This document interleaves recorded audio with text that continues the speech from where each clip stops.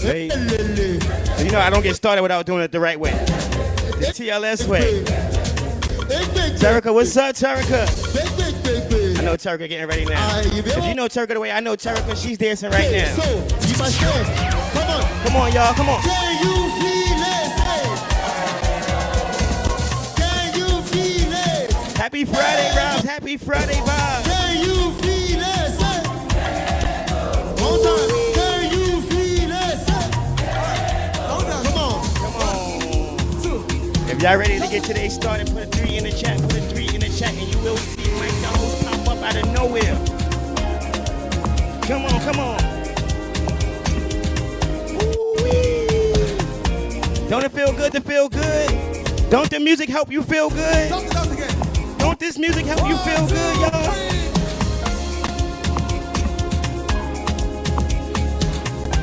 Y'all have never seen me live. I dance. I can't dance, but I dance.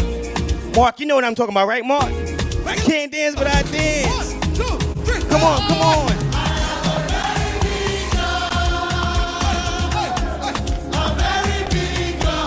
Oh, yeah, Mark. You know what's up, Mark? Come on. Take me with you, Kim. Take me with you. Come on, come on. I love Kenya. Dance for me in the background. Come on.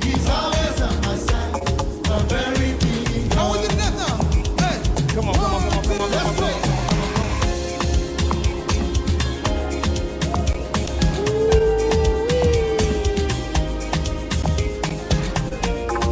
Do me a favor right now. If you was not in a good mood before you heard this music, put me in the chat. Let me know I'm doing my thing right now. Come on, come on.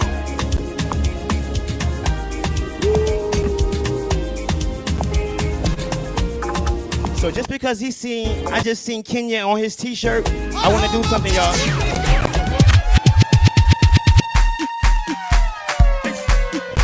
Mike, the host, is up to you now, Mike.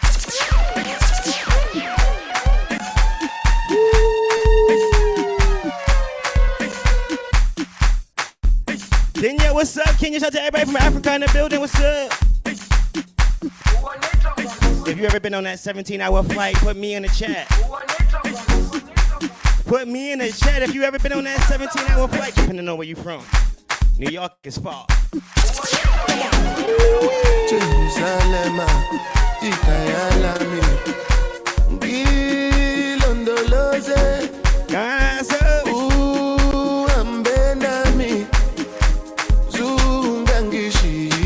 let's dance a little bit. George is in the building.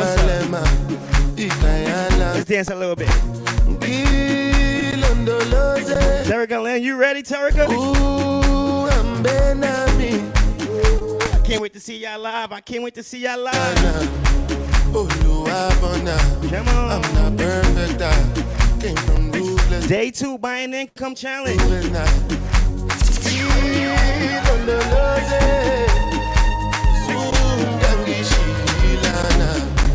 Look into my eyes, see pain and sacrifice. What's goes on my mind? Just trying to survive.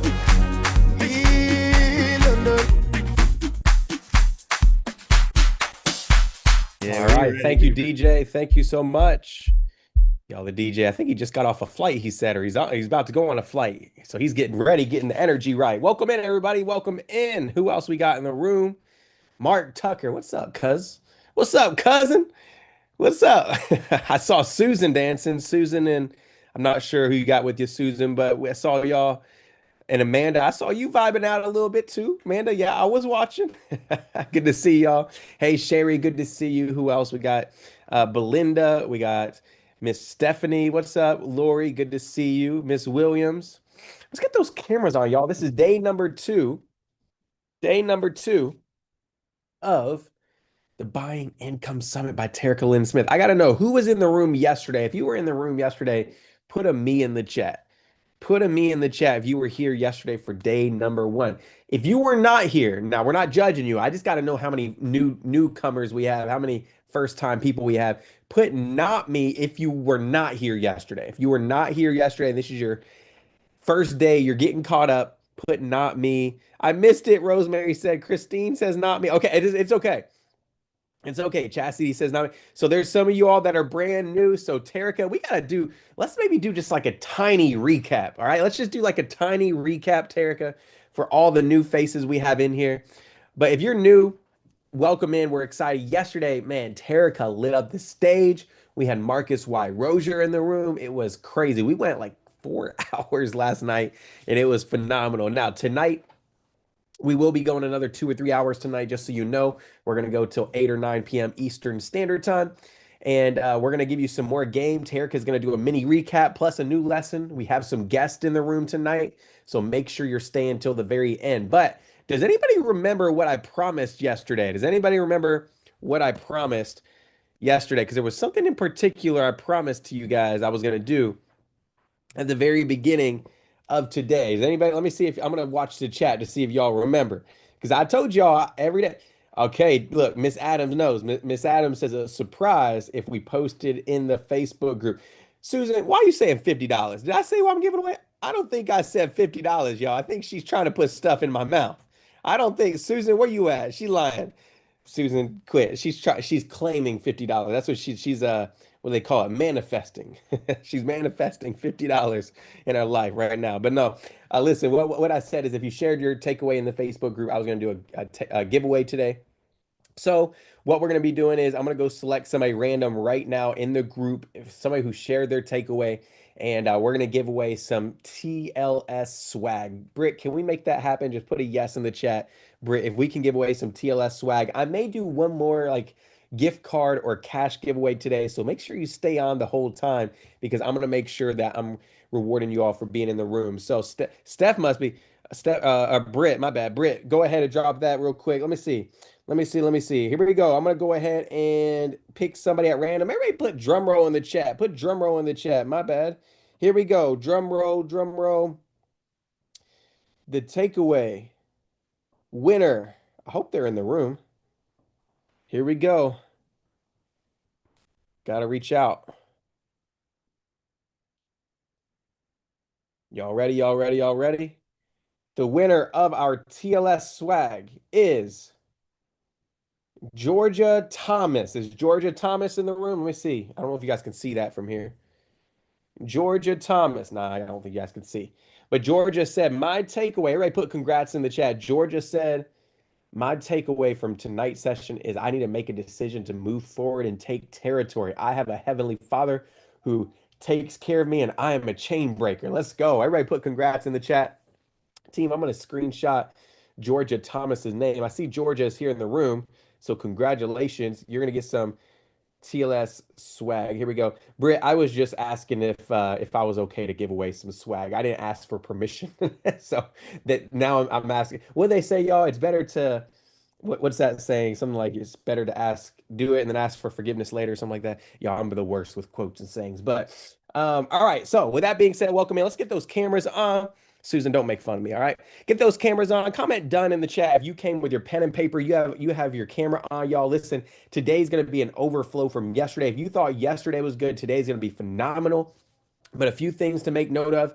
Shout out to all you all who jumped into the property challenge. Who jumped into the property challenge last night? Put a me in the chat. If you got your ticket, you're coming to the 5-day virtual event, you're coming to the conference, just put a me in the chat. Shout out to Tiff. Shout out to Regis. Shout out to Erica. Let's go. Shout out to you all. So if you're brand new here and you're like, what in the world is the challenge? Terica is going to be talking about that in just a few minutes. Terica, we got a lot of new faces, so let's make sure we reintroduce that to them. But we have the challenge. The team will drop the link in the chat, but we're going to be talking about it throughout the night. It's really a mentorship experience where you get to go deeper with this information. All right. So also shout out to you all that got VIP. For those of you all that got VIP for this event, we want to say that we're going to be sending the recordings to you guys once the event has wrapped. So just a reminder, if you do not have VIP, you can watch the replays till Sunday night at midnight. You hear that, Mark? Mark's on my team. Mark, make sure to take these down Sunday night at midnight. So the team is going to drop the Facebook group, and the replays are pinned to the very top of the Facebook group. So team, go ahead and drop the Facebook group link, and you can watch for free until then, but they're going to get taken down in VIP. you'll get lifetime access. Okay, just want to let you know and remind you about that as we've gotten some people messaging us about it. Okay, now lastly, I'll say this. We are coming back tomorrow for day 3. All right, we're not done yet. We're not done. So just a reminder, Suzetta, I see you. What's up, Queen? Tomorrow we're coming back at 10 a.m. Eastern Standard Time. Okay. So a lot of y'all are saying, wait, is this just a 2-day event? No. We're coming back tomorrow morning. You're like, Michael, why are you doing the morning and not night? Because we want you to be able to have your Saturday to go enjoy with your family. So 10 a.m. Eastern Standard Time. I know for you all on the West Coast, that's early. I know. But at 10 a.m., we're going to get started. So make sure you're in the room tomorrow for the final session. We have some guest speakers going to be in the room. So with that being said, I think I've talked too long. Who's excited for Terica to come up? If you're excited for Terica to take the stage, just put ready in the chat. If you're ready for Terica to come up on stage and flame y'all tonight. Listen, yesterday she came with a passion. She came with a level of energy I haven't seen from T in a long time. Like, listen, she's always passionate, but she went all out last night. So, team, let's go ahead and get Terica pulled up. Let's go ahead and get started for day number 2. Let's go. Yeah, Taya, my time is going to end, and it's going to be your time to rise and take over the family business. And all of this real estate is going to be under your control. Wow, that's a lot. It is, but guess what? What? You can handle it. Mhm. Just like I started and didn't know everything, you getting to learn everything. So you're going to be so much further ahead than what I ever was. So when it's my time to go, it's your time to rise. Yep, and we gonna all rise. That's right. We're all And gonna. you're going to take care of all your siblings Mhm. and make sure they understand everything. And they gonna be working. That's and right. Taking on legacy. They're going to work and take on the legacy as well. Just because you favored don't mean you don't have to put in the work. Except me. No, you too. No, you too. How you feel about all of this? This is like breaking generational curses. It is. From now on, we own street signs. We own street signs. We own streets. We own all this land. You can't even see all of it. I was behind the trees too. It's all of it. And in a few years, all this is going to be developed, and we're going to have a lot of families living here. And then you can bring your children here and show them what their grandma and grandpa built. Show them the importance of ownership. Teach them the family business. And make sure that they never have to ask for permission to sit at nobody's table. That's it. But you're gonna be 170. That's right. I'm living to 170, baby, so you got a little minute. A long minute. Oh, my princess.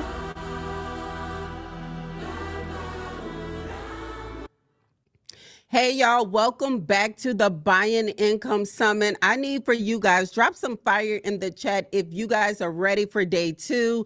Day 1 was fire. We literally talked about the fight of your life and how it's going to require you to roll up them sleeves and get inside of this game. We talked about the engine equity. We talked about the Burr method. We talked about a lot of great things yesterday. I think one of my favorite parts that was a Holy Spirit moment was that I said, "Who's your daddy?" And we all can relate to that, right? Like, we sometimes just got to be reminded of our roots and where we come from. And so day 1 was super powerful for me. I left inspired, I left excited, and I left knowing that there were some lives that was changed in the room. If your life was changed yesterday and you're like, "I'm all in, I am all in this summit. This is something I didn't even know I needed, but because I'm here, I realized this is what I needed." Do me a favor. I want for you guys to send this link out right now to 2 to 3 people. I posted it in this Facebook group yesterday. Invite some friends to come on here, because today we're going to be talking about a bunch of different numbers. We're also going to be giving you the mindset to help you think creatively like a CEO. And I'm going to teach you how to leverage that CEO mindset. And one of the things that I believe I've done very well is be a very successful CEO, but that took a lot of coaching, it took a lot of guidance, and it took a lot of being in the right rooms. And so can I show you guys today how to leverage the rooms, the opportunities, and the things that you guys learned yesterday? If that's okay, put yes in the chat right now. If I can show you guys how to be able to move and operate like a CEO, how to be able to run some more formulas. I know yesterday was like, oh my gosh, okay, I got to still remember from yesterday, right? Somebody put 5 days in the chat. How many of you joined our 5-day property challenge yesterday? We have a few titanium members that joined us yesterday. We're so super excited. They're already in our new community. They're having conversations with the right people. And some of you are still in the same seat that you were yesterday. You've done absolutely nothing. Today, you need to make a decision on how you're going to use this information. Are you going to use it just to be another collector's item? Another thing that you attended and said, wow, this was really great? Are you going to say, no, this is my chance and opportunity to be able to get in a room with folks that are having the conversations that matches my future? You're going to have to decide on who you're going to become in the next 24 hours. Who are you going to become? Because the person you're trying to become cannot be the same person you're comfortable with right now. Do that make sense? You cannot be the person you're trying to become by remaining comfortable with the person who you are. There has to be something on the inside of you that says, hey, I want to be able to do this. So wanting is not just enough anymore. I have to act. So I want to teach you guys today how to be able to do that as a CEO. A few things that I want you guys to do, okay? It's very important that you have your cameras on. I want to feel like I'm talking to my cousins. I want to feel like I'm talking to people that have their cameras on. I don't care if your hair is all over your head. I do not care about any of that. It's almost like, why should I have to look at black screens when I'm teaching you guys how to invest into real estate and start creating partnerships and leverage and being able to build wealth? Why should I look at a black screen, right? Wouldn't you guys agree that that don't sound right? So turn your cameras on, and who cares how you look? That's why you still stuck. Because you more worried about how you look on camera. Let me tell you something. We're not going to remember nobody's face on this call. Now, if you show up in person and your edges all over your head, I'm probably going to tell you to lay them, because I will remember your edges are lifted, okay? That's just the way I am, okay? I want you to tell me if my edges are, my edges are lifted, or, I got them little jungle beads on the side of my head. That's just how we love each other, okay? So what am I talking about today? Like, I'm saying CEO, and what does that look like, right? The reason why I believe I've been so successful is because I learned how to leverage. For a great part of my life, y'all, I went through life believing that I needed to do everything my way or the highway. How many of us are leaders like that? We tried not to be bossy, but for whatever reason, we just bossy like that, right? Some of you are natural CEOs and you don't even know it yet. You just frustrated because nobody's listening to you. You're probably a CEO. But I've learned a few things after being a CEO in the business. And what I learned is that a CEO is not loud. I don't have to yell from the rooftop that I'm the CEO. I don't have to yell that I'm the leader in the room. I don't have to communicate that I'm the owner, right? Prime example, yesterday, me and my husband have this thing. So my husband, he's over our entire maintenance department, and he just needs something to do because he's retired, right? And so a lot of the times when we're hiring new people at our company, we partner them with him. Now, a lot of people don't know, in fact, none of them knows that he's the owner. Okay, so they start talking their trash free and clear first day on the job. So what these people like over here? Because, I'm used to being able to, sneak off a little bit and go behind a building and, talk on my phone. Like, what I'm saying? Do y'all have each other back over here? Like, they talking to my husband like that, but they don't know that's my husband, and they've never seen me before. So they've only seen my staff, my lead property manager. So the guy goes on, and so he started talking to another one of our employees that's been with us for a very long time. And he was like, say, bro, how much you getting paid? Because, you may be, I want to know that they ain't trying to play me or whatever the case may be, right? So then our employee come back and tell my husband, who he's really close with, yo, this dude ain't gonna work. I'm telling you now, he's not gonna work. One, he got a big face, and two, he talked too much. But if you know the employee, we laugh all the time at him because he don't believe nobody else should be on our all-star team. He believed that, we got all of these properties, we're good, we don't need nobody else. So we typically just be a little dismissive of him because of how territorial he is, right? So for whatever reason yesterday, I had to stop over at one of the properties and I needed to meet with my team. And so we were walking a few properties to decide if we're going to turn these units into classic and or renovated. And again, I know that's some terms you guys are not familiar with, but we talk more about that on the 5-day challenge. And so I'm walking out of a unit and I hear a guy on his phone and he's like yelling at the top of his lungs. And I thought it was a resident at first. And then I realized, oh, maybe this is the new person that they hired that I have not had a chance to meet, right? And so he's on his phone and he's like, yeah, and you know, over here, and you know, something, he just was going off, like just very upset, and somebody upsetted him, and now he needs for the company that hired him, that brought him to our company, to know. Okay, so whenever I see this, my lead property manager walks up to him and say, hey, is everything all right? He like, no, man, this company, I just want y'all to know that y'all have a bully on the team and that it is not good. And so my lead property manager was like, well, who?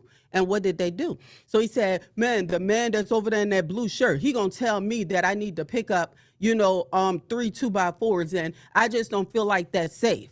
Now, first of all, I don't know if you guys know what 3 2x4s are, but I can pick up 3 2x4s, okay? Like, let's just be honest. So I'm sitting there and I'm listening. He still don't know who I am, okay? And he's still on the phone with someone and he's talking to my lead property manager.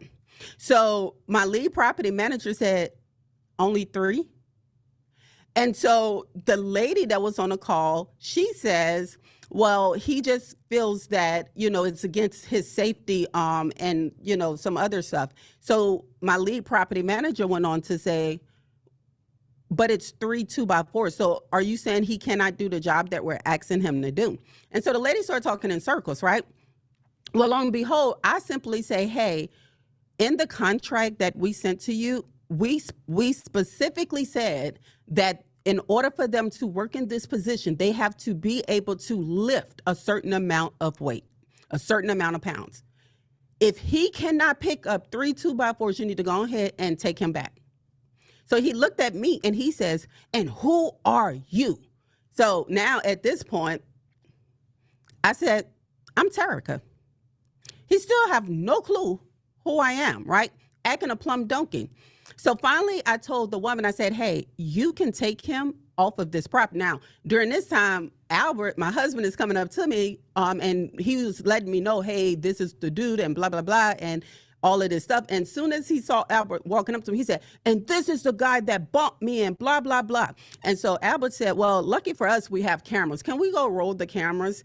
And sure enough, we rolled the cameras. It was a complete lie. The guy just did not want to pick up the boards. And we also have audio on our property. So we heard the entire conversation. So I tell the lady, I said, hey, I want for you to go ahead and take him, okay? And so the lady said, well, I have to be able to get that approved with the person I hired him with. I said, okay. I looked at Ashley. I said, give me your phone, okay? I said, hey, I'm Terica Lynn Smith. I own this company. And I said, he's going to get off my property right now before he's trespassing. He thought he saw a ghost. Okay. I don't have to be the loudest in the room to be able to take charge and make the decisions that's needed. I let him show himself. In fact, he showed himself to my husband. He showed himself to the employees, and he made it where he didn't want to talk to nobody else but Ashley because that was his supervisor, which was not the case. So I understand that the leverage in a relationship is extremely important because had I been in the room that interviewed him and did all of these things, he probably would still be performing and I would be overpaying an underperformer. So my relationship with my team has allowed me to be able to scale in areas where we needed to be able to grow. So being able to be a CEO allows you, and look, it's a mindset, okay? Somebody put CEO in the chat. It's a mindset that you have to have as a real estate investor, as a real estate developer, heck, as the CEO of your life. You have to have this mindset and you have to say, I am an asset. I am an asset. We don't look at ourselves enough to realize how much of an asset we are. Yesterday, we talked about the fight. And today, it's going to move into the mindset of the CEO and how to be able to build. Now, what I'll tell you is that leverage is not a shortcut. Leverage is using the right resources in the right way to get there quicker. Do that make sense? You're going to leverage what you know, who you know, whatever gift you have to be able to leverage it in this next season. So before you leverage anything outside of you, you have to understand that you are the first asset. I never looked at myself as an asset, to be honest with you guys. I just never did, right? I never looked at myself as an asset, but it wasn't until I realized other people was putting me down as an asset on their financial statement, but yet here it is in real life, I'm a liability in my own. So what's the difference between an asset and a liability? An asset is something that puts money inside your pocket. It adds life to you. It adds value to you. You guys are valuable. You're an asset. When you step into someone's life, you add value. Right? What is a liability? A liability is something that takes money out of your pocket. A liability is something that subtracts from you. A liability is something that keeps you stuck. A liability is something that keeps you feeling overwhelmed, right? So you're an asset, but you're an asset before you ever buy an asset. You see, some of y'all couldn't think about the 5-day property challenge and or make a decision because you didn't see yourself as an asset. You didn't see yourself in the mindset of, I am an asset and I will add value inside of the room, right?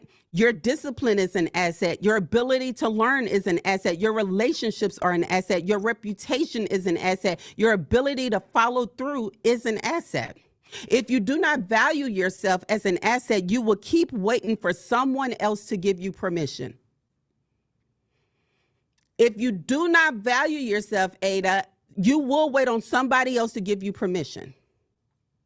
Sheila, do that make sense? You cannot in this season allow somebody else to treat you like you're 5 years old, like you got to ask for something out of the cabinet or to go inside of the refrigerator. We will not be asking for permission in this season. The CEO understands that our mindset, right, our behavior, our reputation, our network either increases or decreases. I am very conscious with who I have attached to me.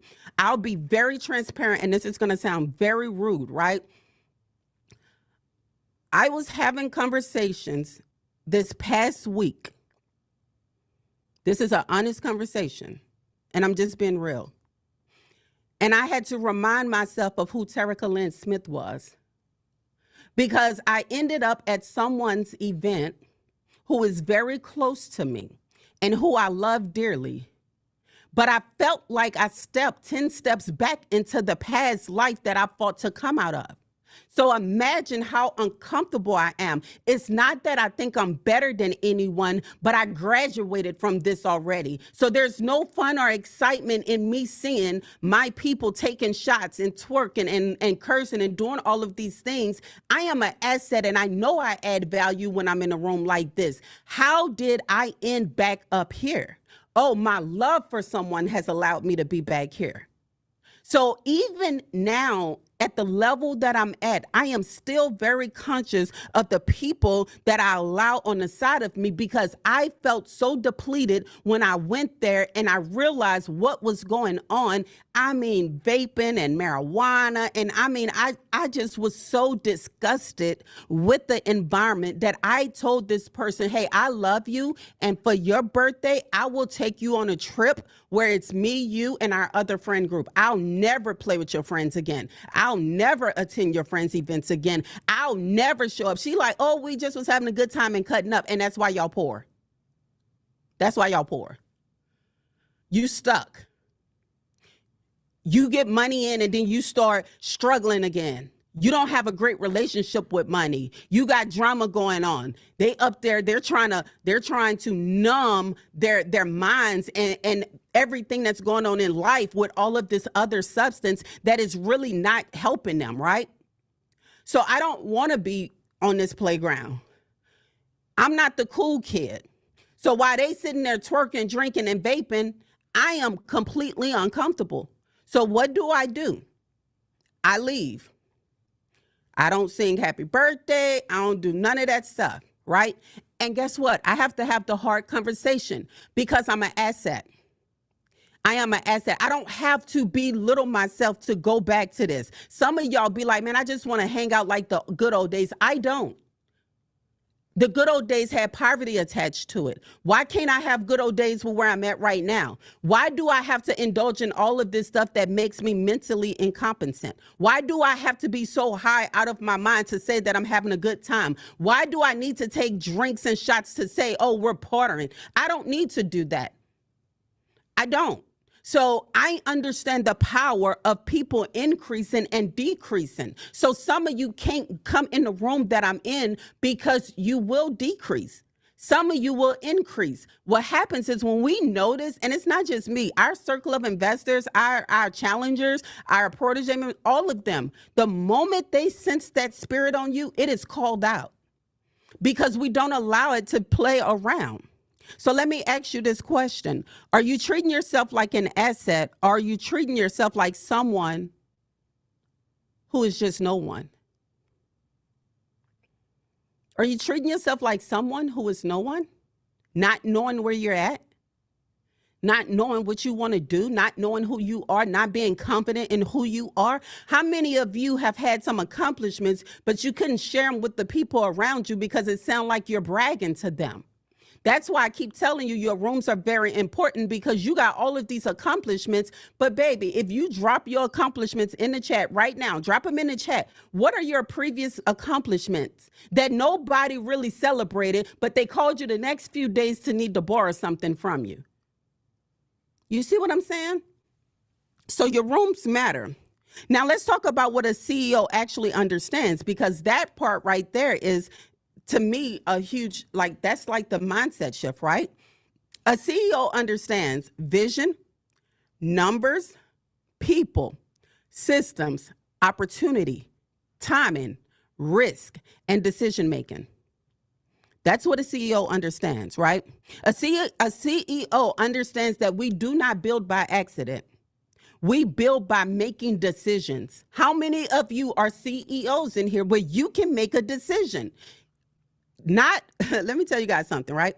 Do you understand you can make a decision with your silence? Imagine you can make a decision with your silence. You can make a decision with your actions. Either way, it's a decision. You are intentional about making those decisions. You build by knowing your numbers as a CEO. You build by knowing when an opportunity is presented before you as a CEO. You are a CEO when you understand who should be around you and who shouldn't be around you.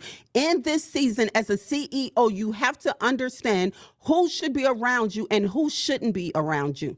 Why is this important as a real estate investor? Because you are the CEO of that company that you're building right now. And if you allow garbage in early on, trust me, you'll be taking it out later. So you might as well not even bring the garbage in the beginning. You might as well just say, I'm not going to do that.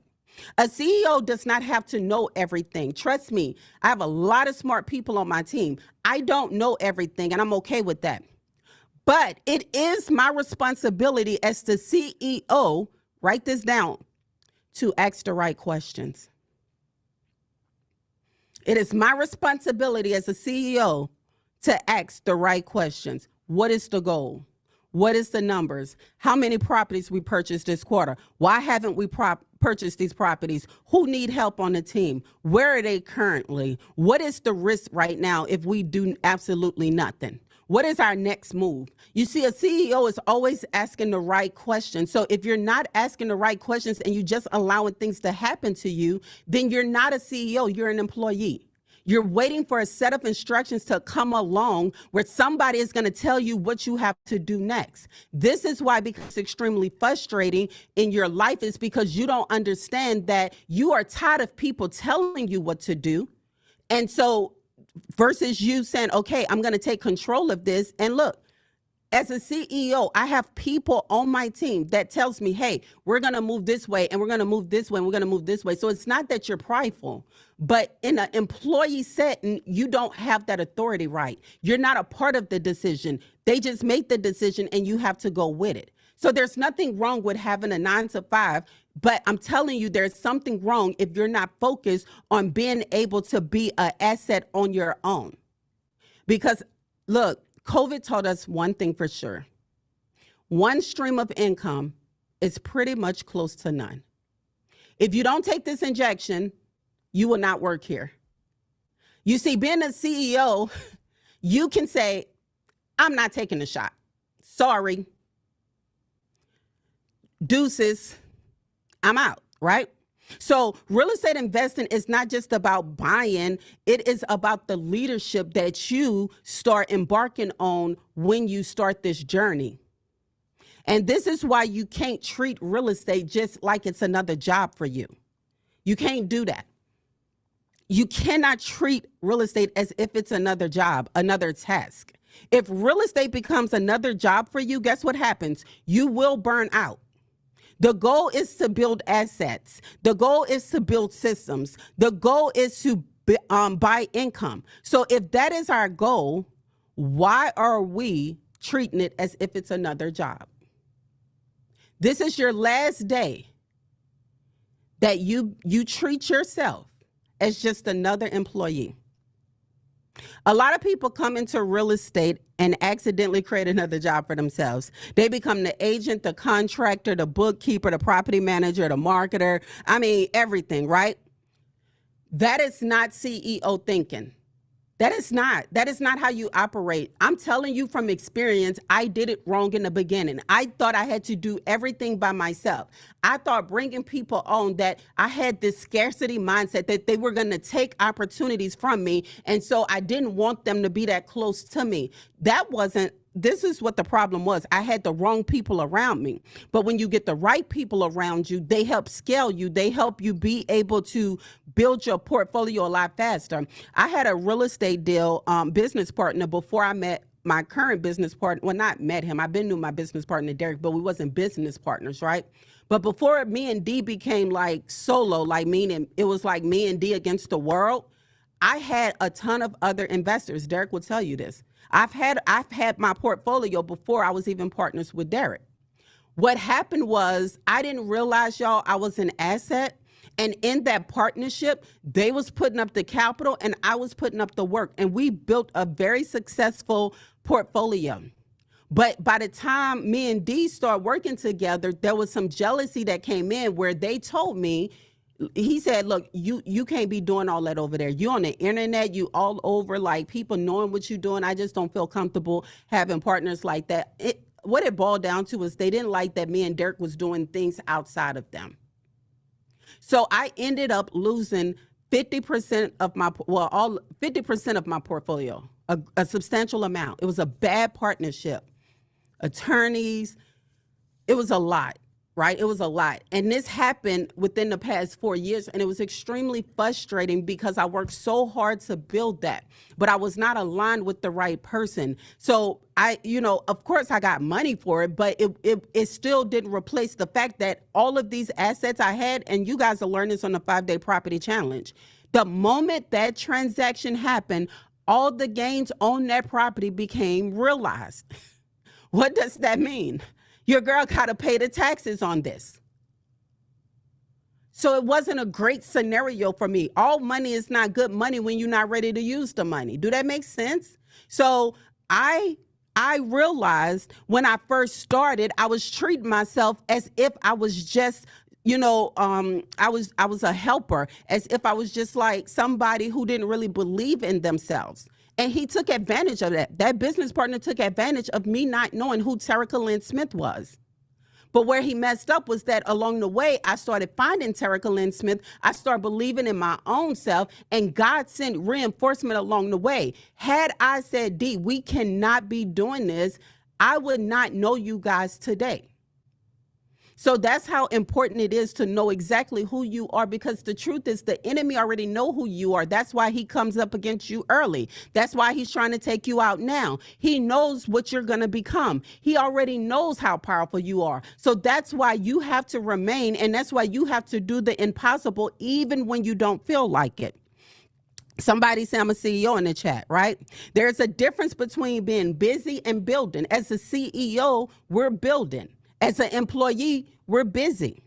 Busy doesn't mean that you're going to be wealthy. Busy doesn't mean ownership. Busy doesn't mean leverage. The first form of leverage many people overlook, pay attention, the first form is the leverage people overlook is the rooms they are in.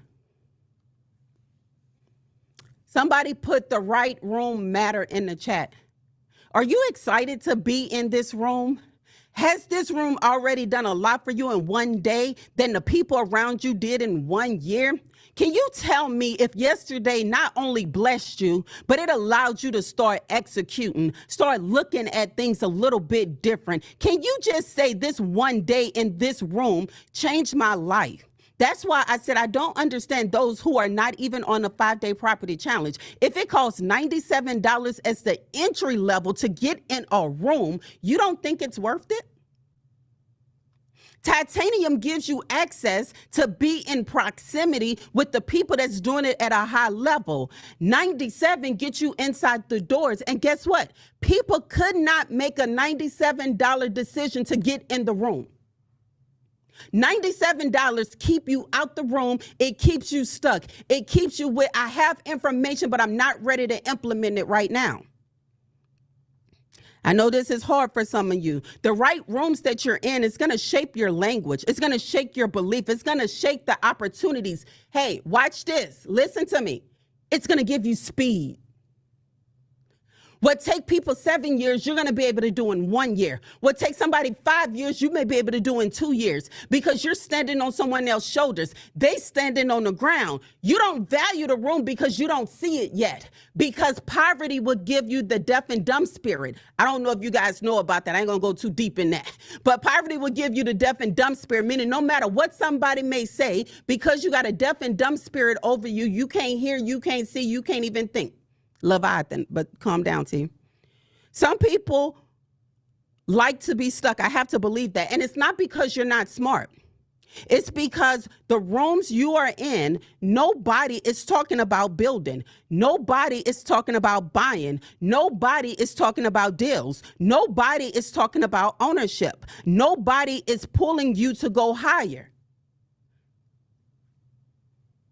They're not. Nobody. The right room gives you the language. It helps you hear conversations you would not hear alone. Period. Your environment can normalize ownership. Your environment can normalize ownership, or it can normalize excuses. I'll say that again. Your environment can normalize ownership, or it can normalize excuses. Which one are you choosing? I tell my team this all the time. Reasons, listen to me, reasons sound like excuses to winners. Don't give me a reason of why you couldn't do something. Sound like an excuse. I'm not interested, right? Are you currently in rooms that are stretching you, opening up your mindset, giving you a new direction, allowing you to see something different, pulling you to another level, right? Are you in rooms that keep you comfortable?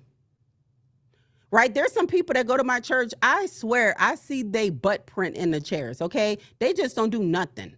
I'm not even judging them, but I'm like, yeah, I am judging them a little bit. I'm not going to lie, right? I'm like, do you even move? Like every Sunday you come sit in the same chair. You ain't talking to nobody. You ain't networking. And we got a small church. So, of course, we can see all that, right? And then you got us like me and Derek and everybody else. We Hebrew slaves in this church, okay? We doing 110 jobs. Ministry to us mean work, W-O-R-K, right? Are you comfortable? Like, answer that in the chat right now. Are you comfortable? Are you comfortable not having $97 to get in a room that can change your life? Are you comfortable with that? I could never be comfortable with that. Y'all, I would literally like forget crying, okay? Like crying ain't gonna change nothing, okay?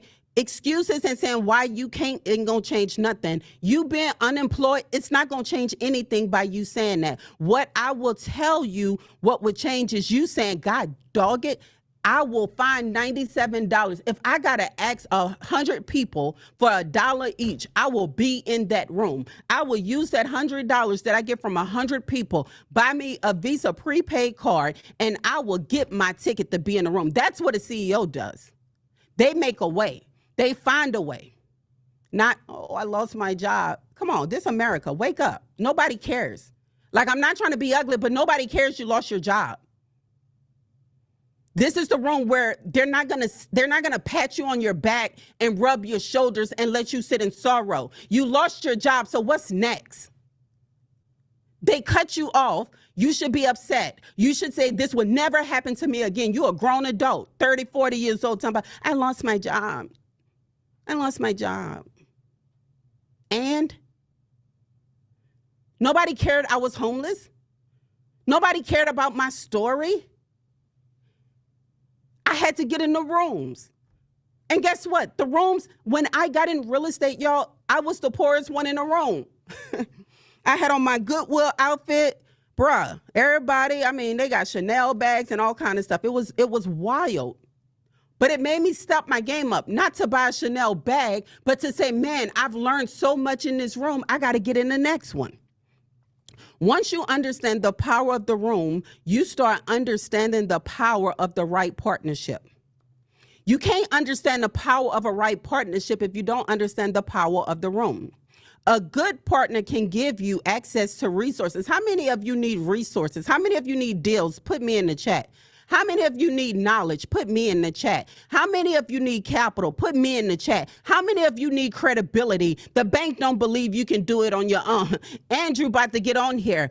You may not be approved with Andrew by yourself, but I guarantee you if me and D step in the room with you, your credibility changes. This is what it looks like when you're a CEO and you start leveraging opportunities and relationships. You may be a no by yourself, but together with some partners, it'll collapse the time, because when I tell you let me tell you how faithful God is. I didn't even share this with you, Dean. So I bought my car. Maybe I shared this yesterday. I'm too excited, but I'm going to say it again.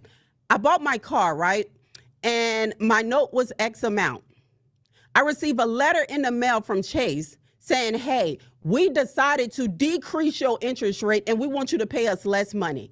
First of all, JP Morgan, I've never received anybody I sent that to, and I sent it to some pretty wealthy people. They say, girl, that ain't nothing but favor. Somebody said the right partnership.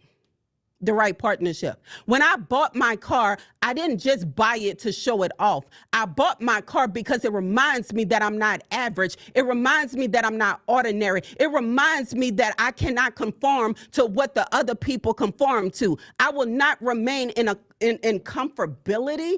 I love this stuff. I love eating these bricks. I love taking territory. I love ownership. I love underwriting deals. I love this stuff. I don't need a break from it. It feels good because it's my assignment. It feels good to have another stream of income, multiple streams of income, because I love it. So the right partnership can collapse time. You don't need a partner because you're weak. You need a partner because you understand leverage. So stop thinking that having a partner would make you weak. No, it's going to make you stronger.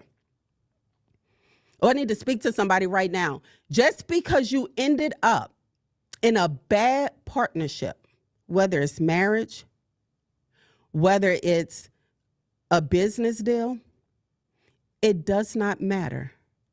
That is not a life sentence for you. That was a season that needed to end. So don't let your future business partner pass you by because of hurt that you endured in the past. Even if it was your fault, say, I'm better now. Even if it was your fault, say, I can do this. Even if it was your fault, say, I won't do it again. Stop living in a life sentence for something you did in a season. You have to. You can't do that, right? One reason why partnerships work is because you get to stand on experience and you you get to stand on experience that you do not personally have. So how does that look, right? So me and Dee, we bought an apartment building about, I think it was $3.5 million. And then we're looking at another, I don't know, $6 million building. I mean, we look at multi-million-dollar buildings. I remember I was poor, y'all. That seemed like a lot of money. Now I'm in rooms where it's like, dang, your building, that's all the doors in there. You better hype me up, okay? You better turn me up in this room, okay? Don't threaten me with a good time, because one thing I love is being the underdog in this room, okay? But I remember when that used to be a big number to me. Wow. Because of the experience, it accelerates what would take you 10 years by yourself. That's what it does. Right? Standing on the shoulders of those who have gone before you. What does that mean, Coach T? Like, thank you. How many of you love this CEO message? Just put me in the chat. If you needed this CEO mindset change, just put me in the chat right now, right? What I've understood and learned is that wisdom allows you to learn from other people's experience instead of paying for every single lesson yourself. So every single haircut I got, it saves you from getting one. You can learn everything through trial and error, but guess what? It's very expensive. It's the most expensive classroom, to be honest, right? When someone has already gone where you are headed, listen to me, where you're trying to go, their experience can save you time. It can save you money. Listen to this. It can save you emotional energy. Some of y'all traumatized to go to the bank. Andrew about to get on here and talk about hard money. You're like, oh my God, Jesus, my credit score, this number right here is controlling my life. This number been bullying me. It's 600 or it's 580. And because it's so low, I'm not going to be able to get a loan. Stop thinking in your own strength. Stand on the shoulders of someone.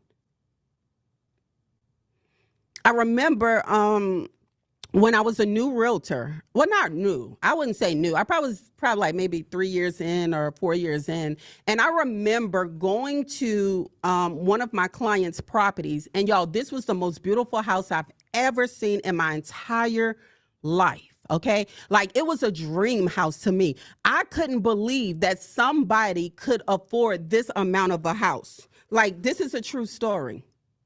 I could not believe it. And what I did not know was how they were able to accumulate such a large amount of wealth to be able to have, you know, the resources to live in such a beautiful property.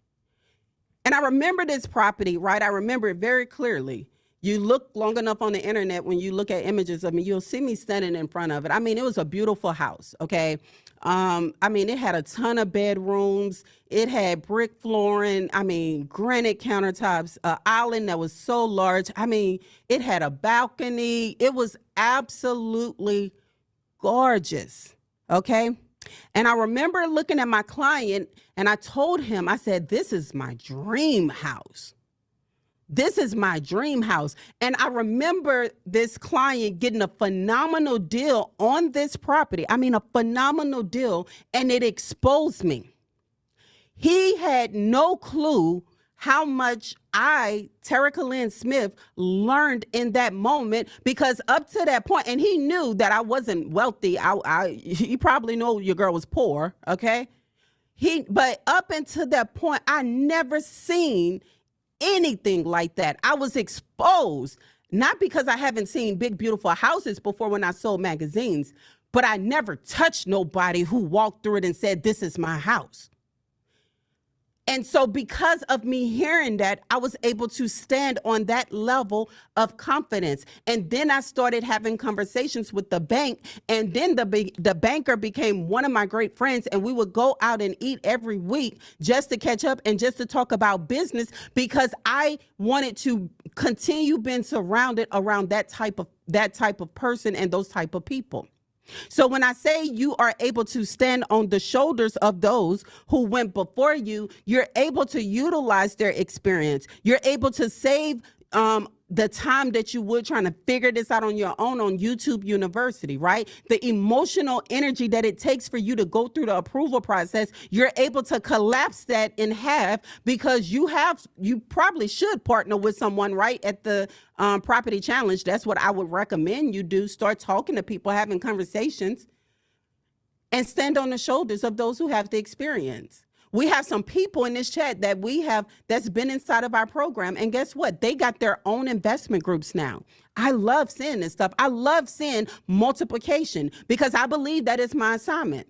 Hey, and when I teach you guys how to go and take kingdom territory and declare the land back for the Lord, I'm not telling you to do it for selfish reasons. Now, the rewards of you going out and taking this and declaring it for the Lord, obviously there's a huge reward attached to it. There's ownership, there's inheritance, there's legacy, there's all of these things that are attached to it. But the most beautiful thing that is attached to it is that you're honoring God every step of the way. You remember I said I make an altar every step of the way. Every building I get, I declare it for the Lord.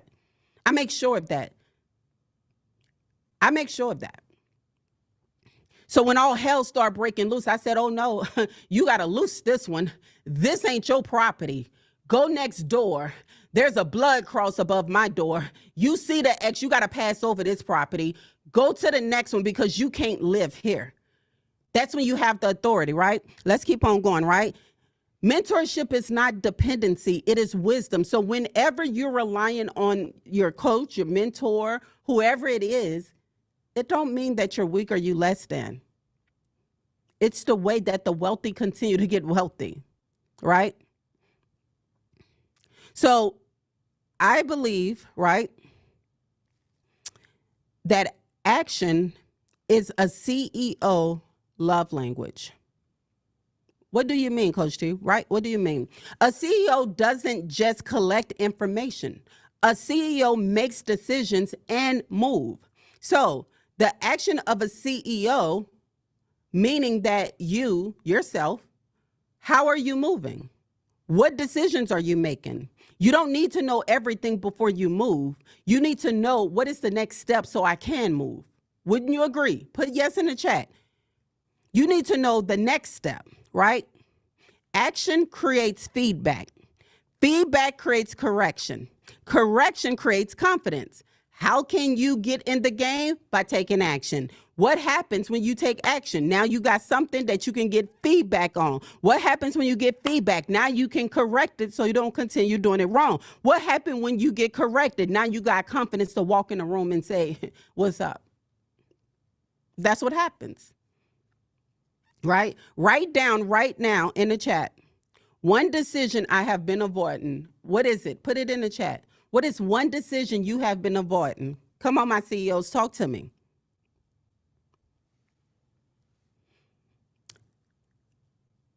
One decision I have been avoiding is buying the land bank property. Okay.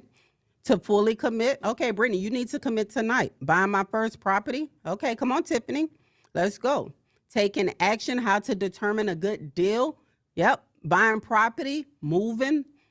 Come on. I see y'all stepping away from my 9 to 5. Build a stream of income that replaces your 9 to 5 and then leave. It's simple, right? Information without action becomes a hiding place for you. Information without action becomes another hiding place for you. That is why we have to talk about the CEO mindset over and over again, because it's an action step. It's over and over. It's consistent, right? It's over and over and consistent. So I'm constantly telling myself, I will not avoid this decision as a CEO. Put that in the chat. I will not avoid this decision. The decision y'all just wrote in the chat. I will not avoid this decision as a CEO. Y'all been avoiding some things, but we won't do it again.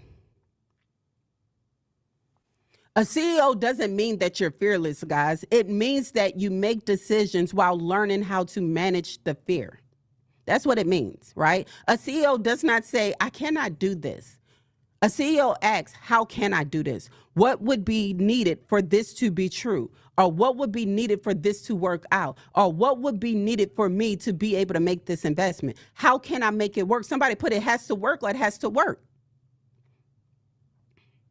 What is, like, ask this question right now for yourself, right? What is the next best move for you? Some of you, it's the challenge. You need the foundational. You need that. You need that. You need that foundational spread, right? You have to, right? What do I need to learn? This is CEO questions. Who do I need to talk to? What numbers do I need to understand? What is the risk and how do I reduce it? It has to work or it has to work.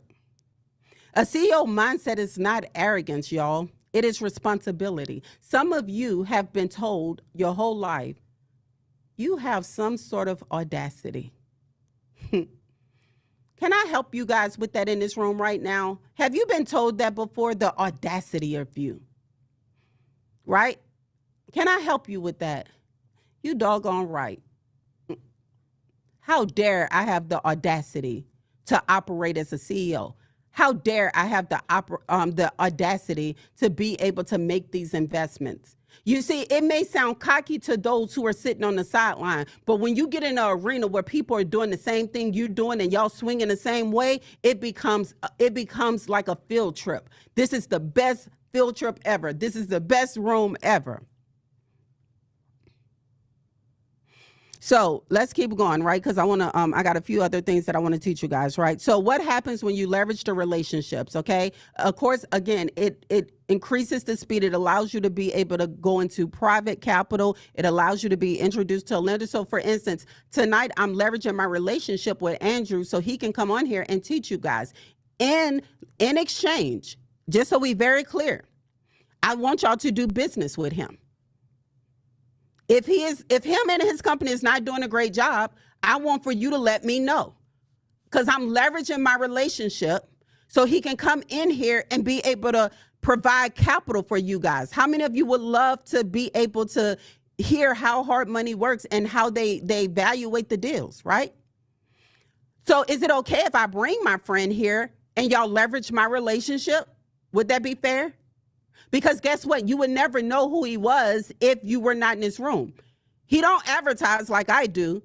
He's very quiet, a very smart, calculated man, okay? I watch him like twist his fingers all the time. He's super smart, okay? And he's calculated. But what he's done is he has mastered being in rooms. Me and him are in a 6-figure room together. We paid the money to be in a room where our coach coaches us. And because I paid that money to be in the room, I met Andrew. And since then, we've had a great working relationship. This is what happens when you pay to be in the room. I would have never found him had I not entered that room. That's the God honest truth. So I'm leveraging my relationship, right? Your character is leverage. Your consistency is leverage. Your reputation is leverage.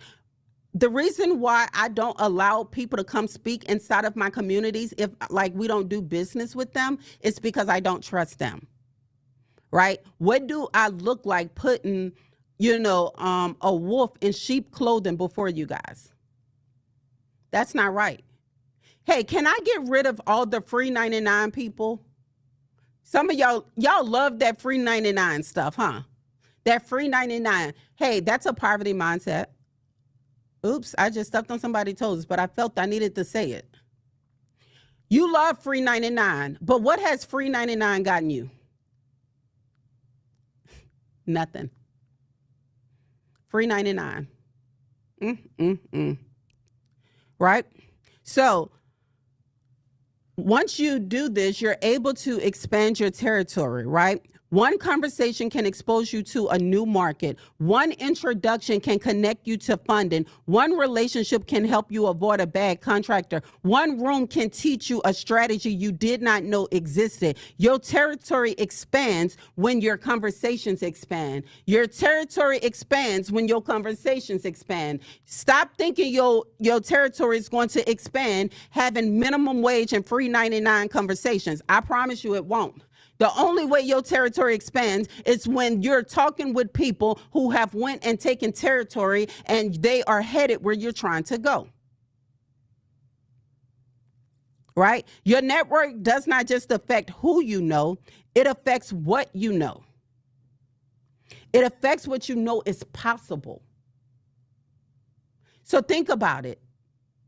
The network. I think about my friend birthday party. Jesus, I can't even believe she like so excited she connected with her friends from high school. Like, girl, leave them in high school. Jesus. Look at me. I told her throw them away. I mean it, okay? Like, I mean it. I ain't never seen no hood rat stuff like that in my life. But, you know, when you're in the right relationship, you can gain access that other people do not have.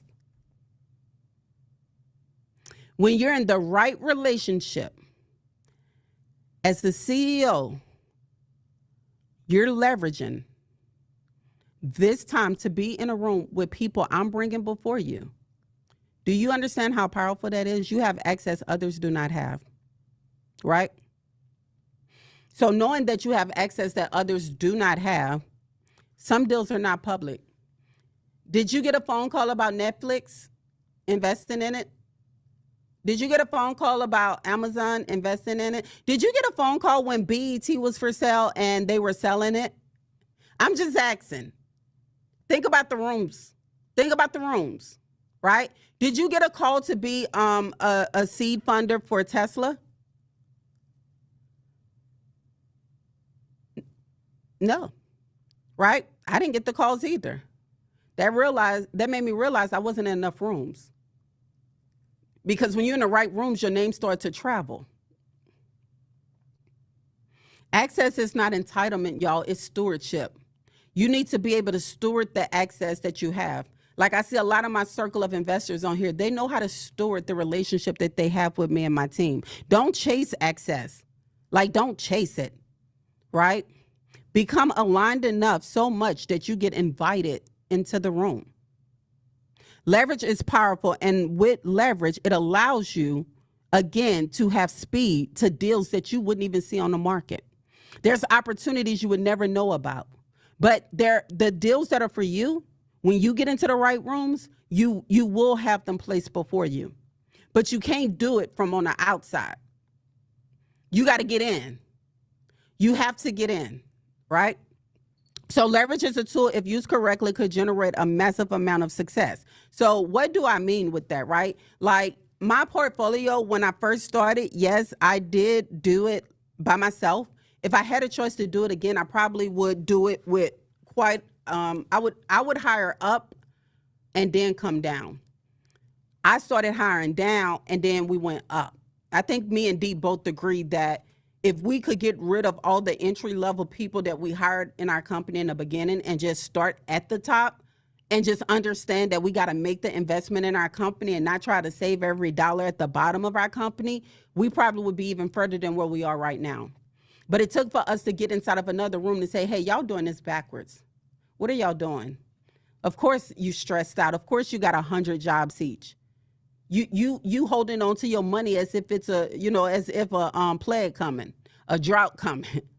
No, you need to go ahead and make these investments into the right people, right? So what does this mean? If you want a massive amount of success, you got to get around the people that's creating it. And if you're in a room right now, and that room could just be your family, it could be your friends. If you're in a room right now that is not doing what you want to do, you have to get into a room that is doing what you want to do. As a CEO, it's your responsibility.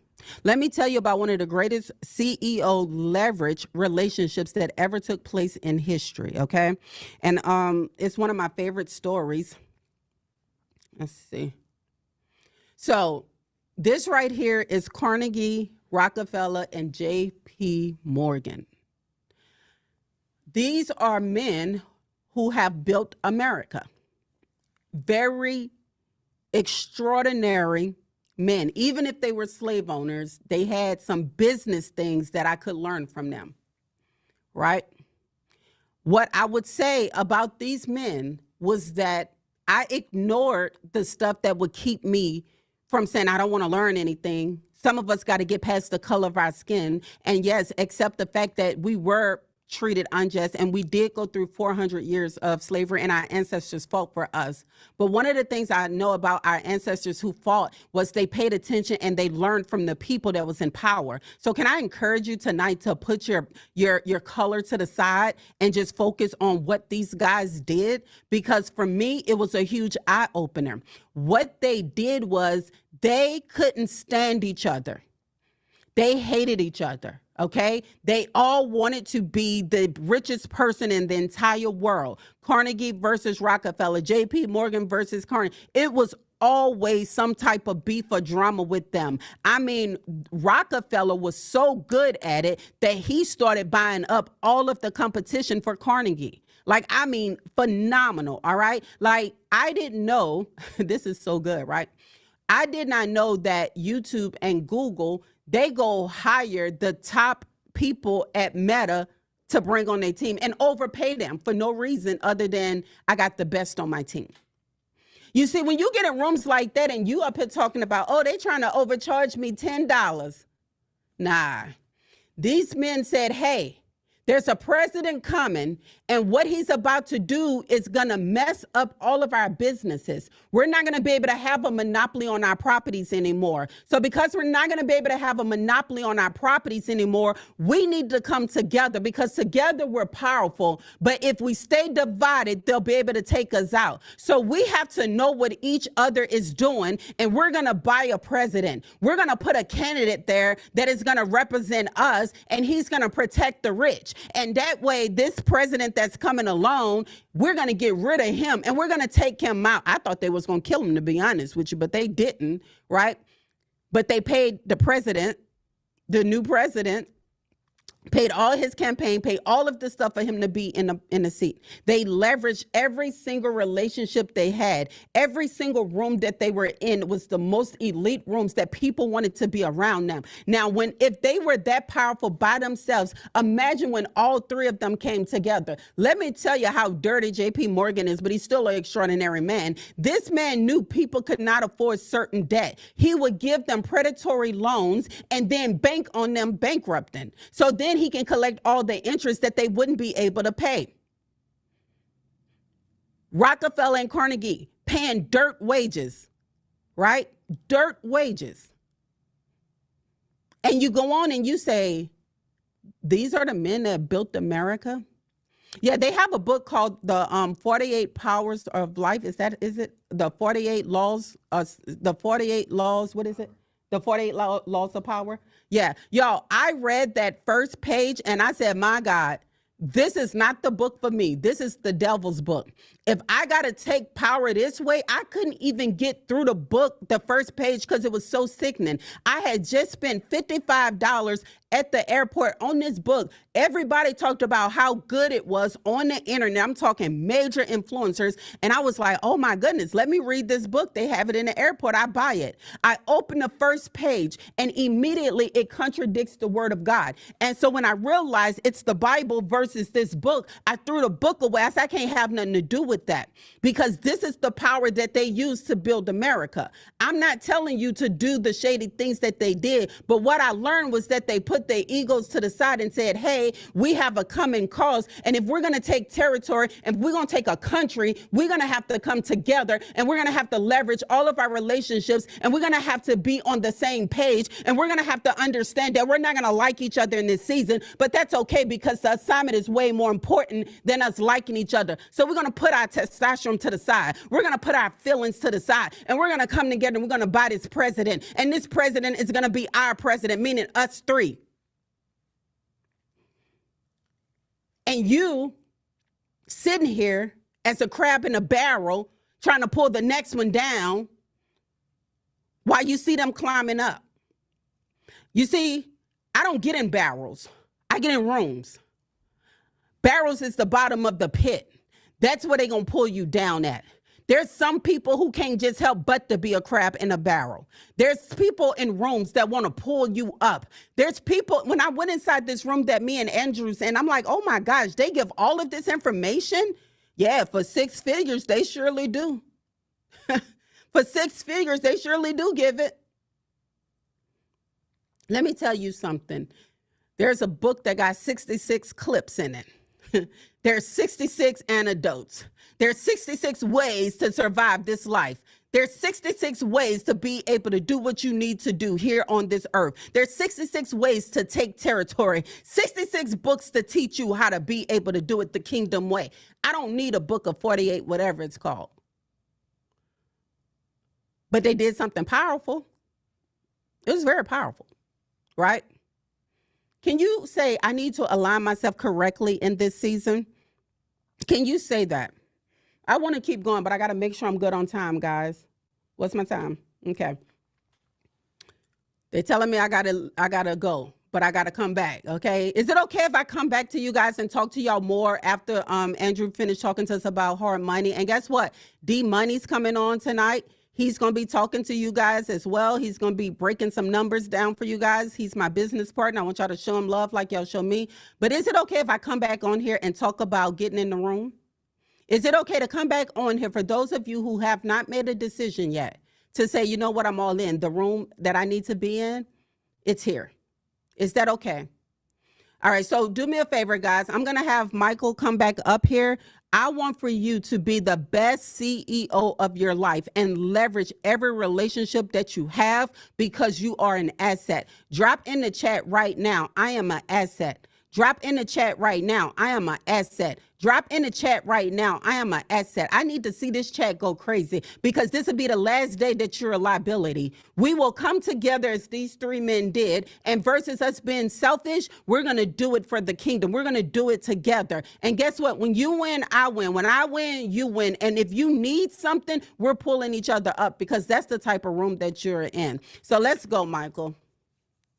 Let's go, y'all. T kicking off day number 2, amazingly, just like she always does, y'all.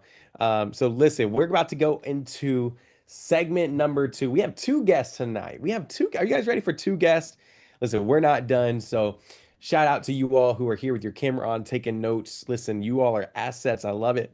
I see CEO in my life, Tina says. Was that a great way to kick us off? Let us know in the chat if you found that valuable. What was your biggest takeaway? Let me know real quick. Let me know real quick what your biggest takeaway was. So listen, the next speaker we have coming up to the stage is actually Terica's business partner, the king of Excel spreadsheets. Is going to be up next. All right. So listen, who you're about to learn from, if you haven't learned from Derek, he is phenomenal. He will literally leave you just as wowed as Terica did and does. So before we go move any forward anymore, I just want to remind you all that I need y'all sharing your takeaways inside of the Facebook group, but I'm going to do something different, Britt. This is what I want to do. I want everybody to go follow Terica on Instagram right here, right now. Team, can we drop Terica's Instagram? Because I don't feel like enough of you all are following her, and this is what I want you all to do. Britt, let's pick out one other person to win some TLS merch. We have some amazing merch, y'all. Let's pick one person who takes a selfie from where they're tuning in from and tags Terica on Instagram. All right, can we do that? You go to Female Real Estate Guru on Instagram. You can look up Terica Lynn Smith or Female Real Estate Guru. Take a selfie wherever you're tuning in from right now. And then between the next speaker, I'm going to give away another set of merch, either a t-shirt, a hoodie, to somebody who goes and takes a selfie or take a picture from wherever you're tuning in from and tag Terica on Instagram. All right, y'all following Terica on Instagram? I see Rachel's taking her selfie right now. Let's go, Rach. I love it. She's taking action. Let's go. She's already putting her name in the hat. So just tag Terica on Instagram, and I'll have the team pull somebody, and I'll announce that in just a little bit. But let's go ahead and get rocking and rolling. Derek is, man, truly a blessing to have on the team. If you haven't learned from Derek, let me just say that I've watched this guy evaluate deals faster than I could ever imagine myself evaluating real estate properties. The way he conceptualizes and the way he can look at a property and understand the numbers and if it's going to be profitable is mind-boggling. So it's amazing to see what happens when you truly lock in on a craft. Derek has helped TLS acquire many, many, many doors. alongside the rest of the team. And he's going to be coming up today to give you all some games. So y'all ready for Derek to take over the mic? Go ahead and put ready in the chat. Let's go. Let's go. Let's go. Put ready in the chat if you're ready for Derek to take this stage, y'all, because you're about to learn from somebody who doesn't just say he knows things, but he's actually in the trenches working, building the real estate business every single day. I called Derek. He's like, yo, I'm out in the field. I'm looking at this property. I'm like, bro, like, how do you travel so much looking at deals? He's flying here, flying there, looking at properties, y'all. But I'm excited because you're about to learn from somebody who I truly believe is going to be your next mentor. Why do I know? How do I know that? Because he's going to be in the property challenge. Who's joining in the property challenge? You know you're going to get mentored by Derek, right? Not just Terica. So let's go, Derek. I'm going to pass the mic over to you. Let's get the second segment started. Welcome in, brother. Yo, what's going on, everyone? Michael, thank you for the intro. Y'all, happy to be here. Who am I? Really quick, my name is Derek Goto, affectionately called One Chain. I don't know where the nickname came from, but it's stuck, since. But my background is in finance. So I have a master's in business. I have a finance degree. I worked in telecommunications consulting for many years, as well as ran a telecommunications company. And not long ago, made the transition into full-time real estate. Y'all, real estate is an asset class and investing that I absolutely love.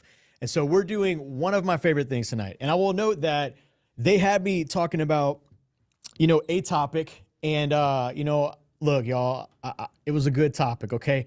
I wasn't excited about it. But this topic, I'm absolutely excited about it. And what is it? It's underwriting.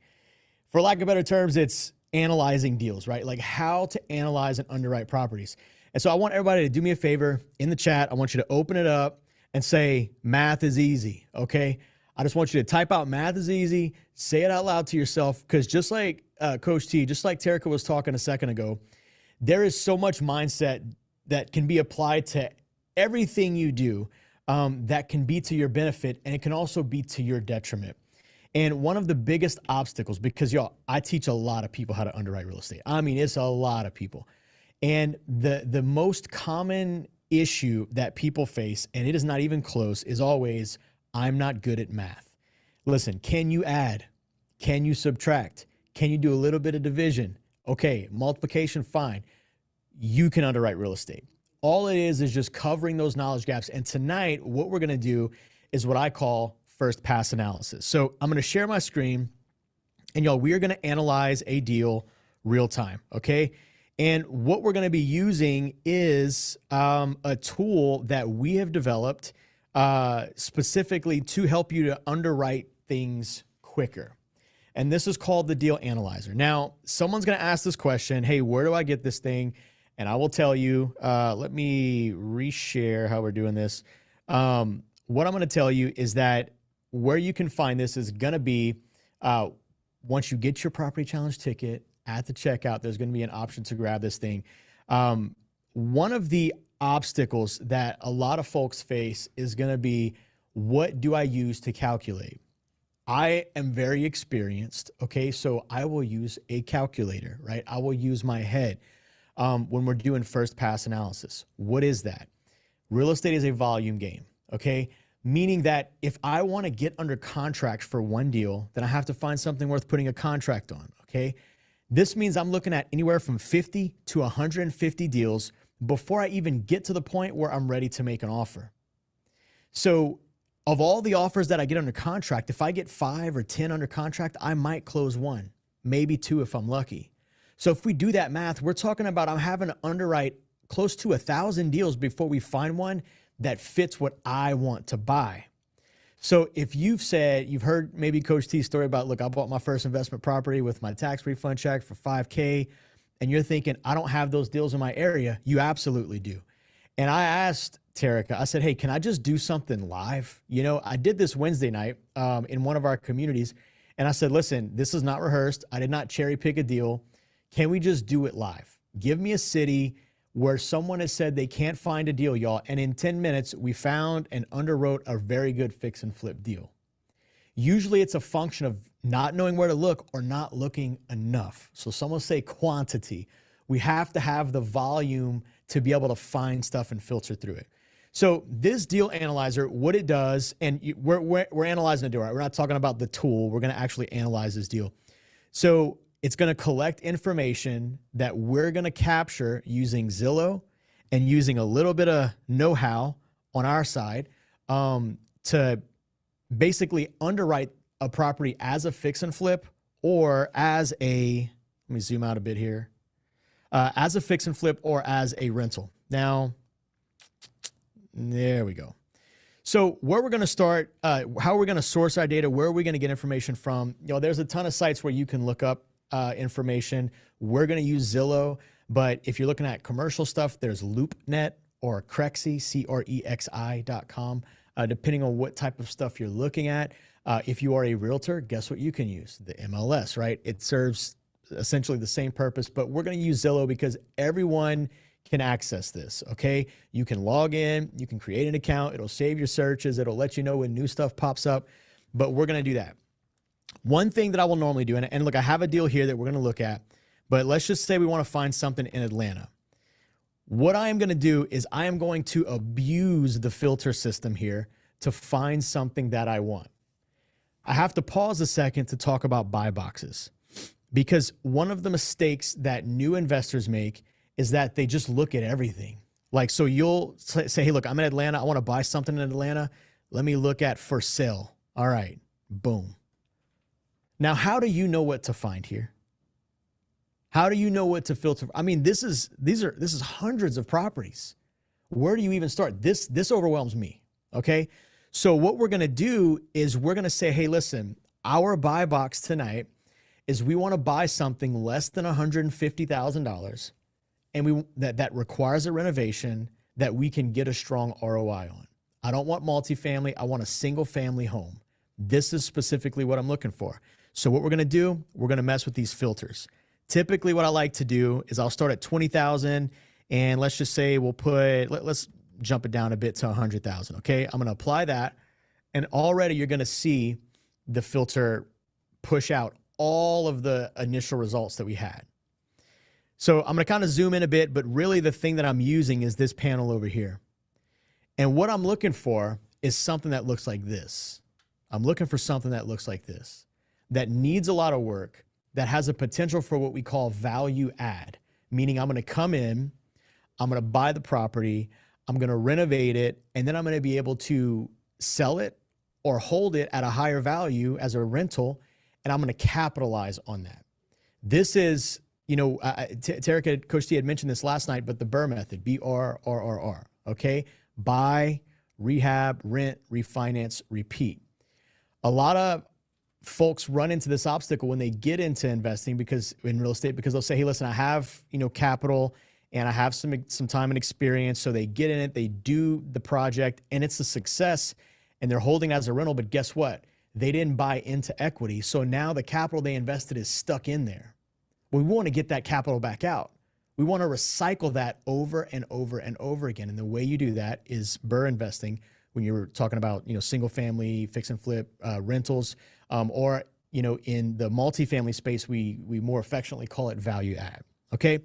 So I'm going to look for, I'm just going to scroll through here and I'm going to, you know, like I would click on these, and I'm going to be looking for things like, you know, let me look for interior pictures. What I'm trying to look at is, hey, what needs a lot of work? The worse it looks, the more upside there is. I always say this, and this is a bit gross, but you want to know in real estate what money smells like? Dead animals and cat urine, okay? You walk into a house and your nose starts burning, that's what money in real estate looks like when you're in this space, right? Like it is nasty. There's a quick story because I'm not going to tell all kind of stories. This is the one, I promise, okay? This was my my third fix and flip with Terica. And we walk into this property and already I got a bad feeling. Like it's dark, it's dank. I just feel really weird walking into this place. So we're walking through the rooms, we get into one and I kid you not, there was a wrapped body on the floor, y'all. It was wrapped in a trash bag. And I've never seen her run out so fast. But I'm thinking, surely if this was a body, we'd smell it. You know what I mean? So I open it a little bit and it's like it's a mannequin, you know, that was dressed up for like a Halloween thing. Y'all, it wasn't a body. But in this house, I'm pretty sure, T, if I'm not mistaken, I think a snake fell on somebody's head when they were doing an inspection or something. Y'all, something wild happened. I mean, y'all, but hey, we made a lot of money on that property, right? So again, it's a testament to it is the absolute Wild West, but there is opportunity there. So we're looking for something that needs a lot of work that we can come in and estimate. So I would look through this, I would go through that whole exercise, and I would land on a property like this. This is the one that I've chosen for us to look at. Now, let's take a look at what's going on here. So immediately, my eyes start going to the structure. I'm looking at the roof. You can see there's a little bit of like slumping here right in the middle. So there may be some structural issues there. You can just look at the line of the shingles, how it kind of slumps right in the middle.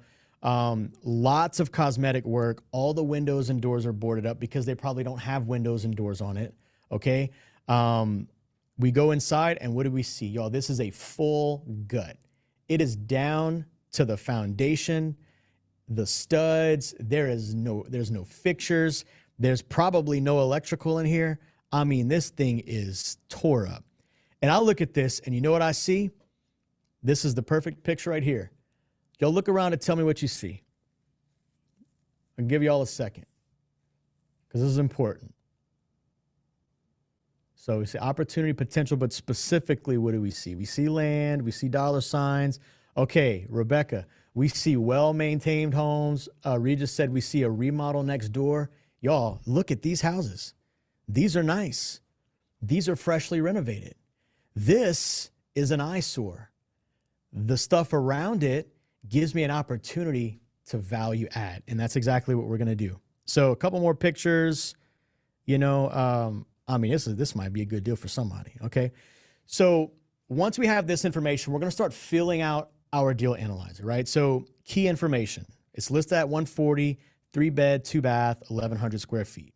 So 140, 1,100, 3-bed, 2-bath, single family. We're just going to put some stuff here for the zip code. Now, this next section, we need, in order to analyze it as a fix and flip, we need sell comps. In order to analyze it as a BRRRR rental, we need sell comps and rent comps. And so I'm going to show you how to do this. So typically what I would do is I would click back, you know, and I don't want to lose my home here, but you can see, you know, the spaces right here. I would zoom in on that. And then once I zoom in on that, and I've already done that here, I'm going to click this same drop-down list. Again, we're abusing the filter system. I'm going to click sold, apply. I'm going to erase all of the price information because I want to see it run wide open. I'm going to limit it to the exact bed bath count of what I just looked at. Property type, we're still looking at houses. And then for the filters, I'm going to put a square footage range that kind of wraps up the home that we're looking at. I want to find something that is similar bed bath, similar area, similar square footage. Does that make sense? And what I'm doing is I'm looking for 3. I'm looking for 3 that are pretty close to it that we can kind of check out. And so we find a few, right? And we're looking for stuff that's kind of like freshly renovated. So let's check out this one here. This looks like a pretty good property. Obviously freshly renovated. And so we're looking up comps. And not only does this help us find what the property might be worth, but it gives us an idea like, hey, if we're comparing it to these, this gives us an idea of how we want to design the property. Like when we call contractors out to quote us, you know what I'm doing? I'm showing them this picture. I'm showing them our comps. I'm saying, I want you to make this look like this. And they're going to bid that out accordingly. I'm looking for some exterior. So here we go. So this is, you know, a similarly profiled home where it's kind of wide. It's not like fully shotgun style, but it is a little more narrow where it goes back a little longer, right? Like these are super, super common in New Orleans, by the way. So we got our information here. So 1178 and 275,000. So what we're going to do is we're going to drop our square footage in here and we're going to drop our price and we're going to do that 2 more times real quick. We're going to do it 2 more times. So let's go back. Again, we're looking for something freshly renovated. Here's another one. Really nice little home. I mean, this is a pretty dope spot. So this one, let's take a look inside. There's no pictures, but we'll just assume. So 1,200 and 244,000. And then we're going to find one more for us. I hope y'all liking this. There might be something here. I don't know. So let's check out this one. Again, it's a little narrower, a little longer, and in a similar area. So 1,003 square feet and 265,000. All right. So what the deal analyzer is going to do at this point, y'all listen, if these are numbers that once you really quick, like when I'm looking at this, I'm doing this in my head, right? And we say invest where you know. Why? Because what if you've done this 50 times already and you already know that your average price per square foot in this area for a fix and flip is $234? Well, now you ain't even got to pull comps because you know your area. So if the house is, 1,000 square feet, 1,000 square feet times $234 per square foot, that's $234,000 in value. You could just be scrolling the listings and see that and do that quick math in your head. But here, we're going to take the average price per square foot of these three properties and multiply it times the property that we're looking at. Again, this is our subject property, 1,100. And this is going to tell us that our ARV, our after repair value, is $257,000. You guys follow me? If not, I'm sure we got a replay. Okay, we're going to keep going. So we're going to do that same thing, right? Like how we backed out to the area and selected a new drop down. We went and we did that here, but we did it we selected for rent. We're going to apply that.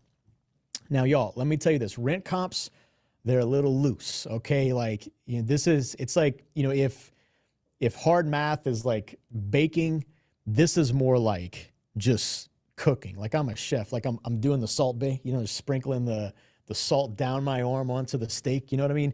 That's what it's like finding rent comps. You have to guesstimate. And, the Bible says there's wisdom in a multitude of counsel. Well, that is a principle that is foundational in statistics, that the bigger sample size you have, the bigger pool of data you have, the more confident you can be that you're getting a right number. And so this is why we're going to do a couple things to grab our rent comp. So already, we filtered it and I've zoomed into the area. I think our subject property is like right here where this little hand cursor's at. So we've got really good comps around this place. Y'all, we're not going to over-engineer this thing. We're just going to pick the first three, because one bad habit is you can say, oh, look, 3.5K, 3.6K. But if we pull these up, we don't really know what's different, okay? So we're just going to pick the first three on our list. We're not going to confirmation bias anything we say.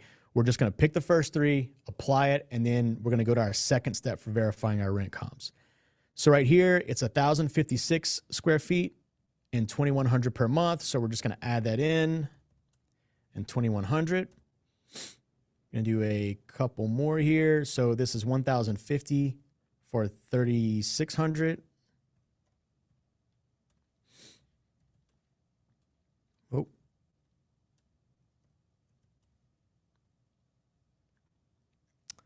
And the next one we're going to pick is right here. So 3-bed, 2-bath, 3,500 for 1,176. 1,176 for 3,500. Now it's going to perform a similar calculation here where it's given us an average rent per square foot of $280, and that's going to be multiplied times the square footage of the property that we're looking at. So we could expect on this property to get up to $3,078 per month. Now, I don't trust this all the way, y'all, okay? One of the best sources of information for this is not going to be anything you find online. It's going to be a local property manager. So we find a local property manager because, hey, we're trying to not build a job for ourselves, so we want someone managing this anyways, not just ourselves. If you got it in you, then do it, fine. But a property manager has boots on the ground. They're renting stuff in the area. They're going to be able to give you a better estimate. But again, this is first pass. We're not trying to over-engineer this. So we're going to go to this site called Rentometer or rentometer.com. You can create a free account. It is really fun to use. And what this is going to do, hopefully, is going to either confirm or, not confirm the number that we just put in there, our average rent price. So we're just going to fill out a couple pieces of info here. We're going to click check rents. Now, in this case, it's showing us that our rent can range from $1,700 to $2,700. Now, this is very different from our 3,078. Our 3,078 is high, okay? So in this particular case, what I'm going to do is I really kind of want to fall somewhere closer to this 2,240. And again, y'all, this is first pass. Some of y'all might cringe when I do this, But here's what I'm going to do. I'm going to adjust some numbers here to make my average equal to the number that we found on Rentometer. Why? Because it is the more conservative number. That's the only reason. It's not because, we're just trying to manipulate information. I would rather be conservative and estimate 2240 than to overestimate 3,000, which is substantially more, and then find out after I've invested time, money, effort, that, hey, this is actually a better rent. So we're going to trust, in this case, that what I usually do is whatever number is lower from my comp or from Rentometer, I choose that lower number. So you can already start to see some information populate here. We're going to come back to that because we have more data to drop in here. So our next step, and this is another key piece of information, is the construction estimator. Now, we've broken this down into 5 tiers, and each tier is going to give you a description, right? How do you know? Well, how do we know these tiers? Well, this is just based off of our experience, right? This can vary substantially by area, but the general idea is we're just guesstimating here. We're giving a best guess, and if it's good enough, we're going to make an offer, get it under contract, and then we're going to actually call in real contractors to come on site and bid out the job. So in this case, obviously, y'all, this is an easy one to decide. It is a full gut. And I do think we should probably estimate this on the high end because I did not see electrical. And the plumbing looked a little bit shady when I was looking at it earlier. So we're going to go with a substantial rehab of $110,000. Now, this next section, what it's going to do is just use some default numbers. So typically for a conventional loan to purchase a property like this, you're looking to put down 20% as the investor. This is going to pull in the federal prime rate, plus 1 point, so plus 1%, which is typically what banks do. We've got our agent commissions and seller closing costs. We've got our hold time to calculate holding costs for our fix and flip. And then monthly operating expenses, which is going to be right here for calculation of this thing as a buy and hold. Now, these are placeholder information. This is placeholder information, again, just based off of our experience and what we do and what we know. So for some reason, you guys can't see the whole amount, and I don't know what I did there. So let's zoom out a little bit more. So you can come in here and you can adjust these numbers as you see fit, or just leave them as a placeholder because, again, someone say first pass, right? Like, we're just trying to see, is this a good deal? We're trying to do it fast with volume.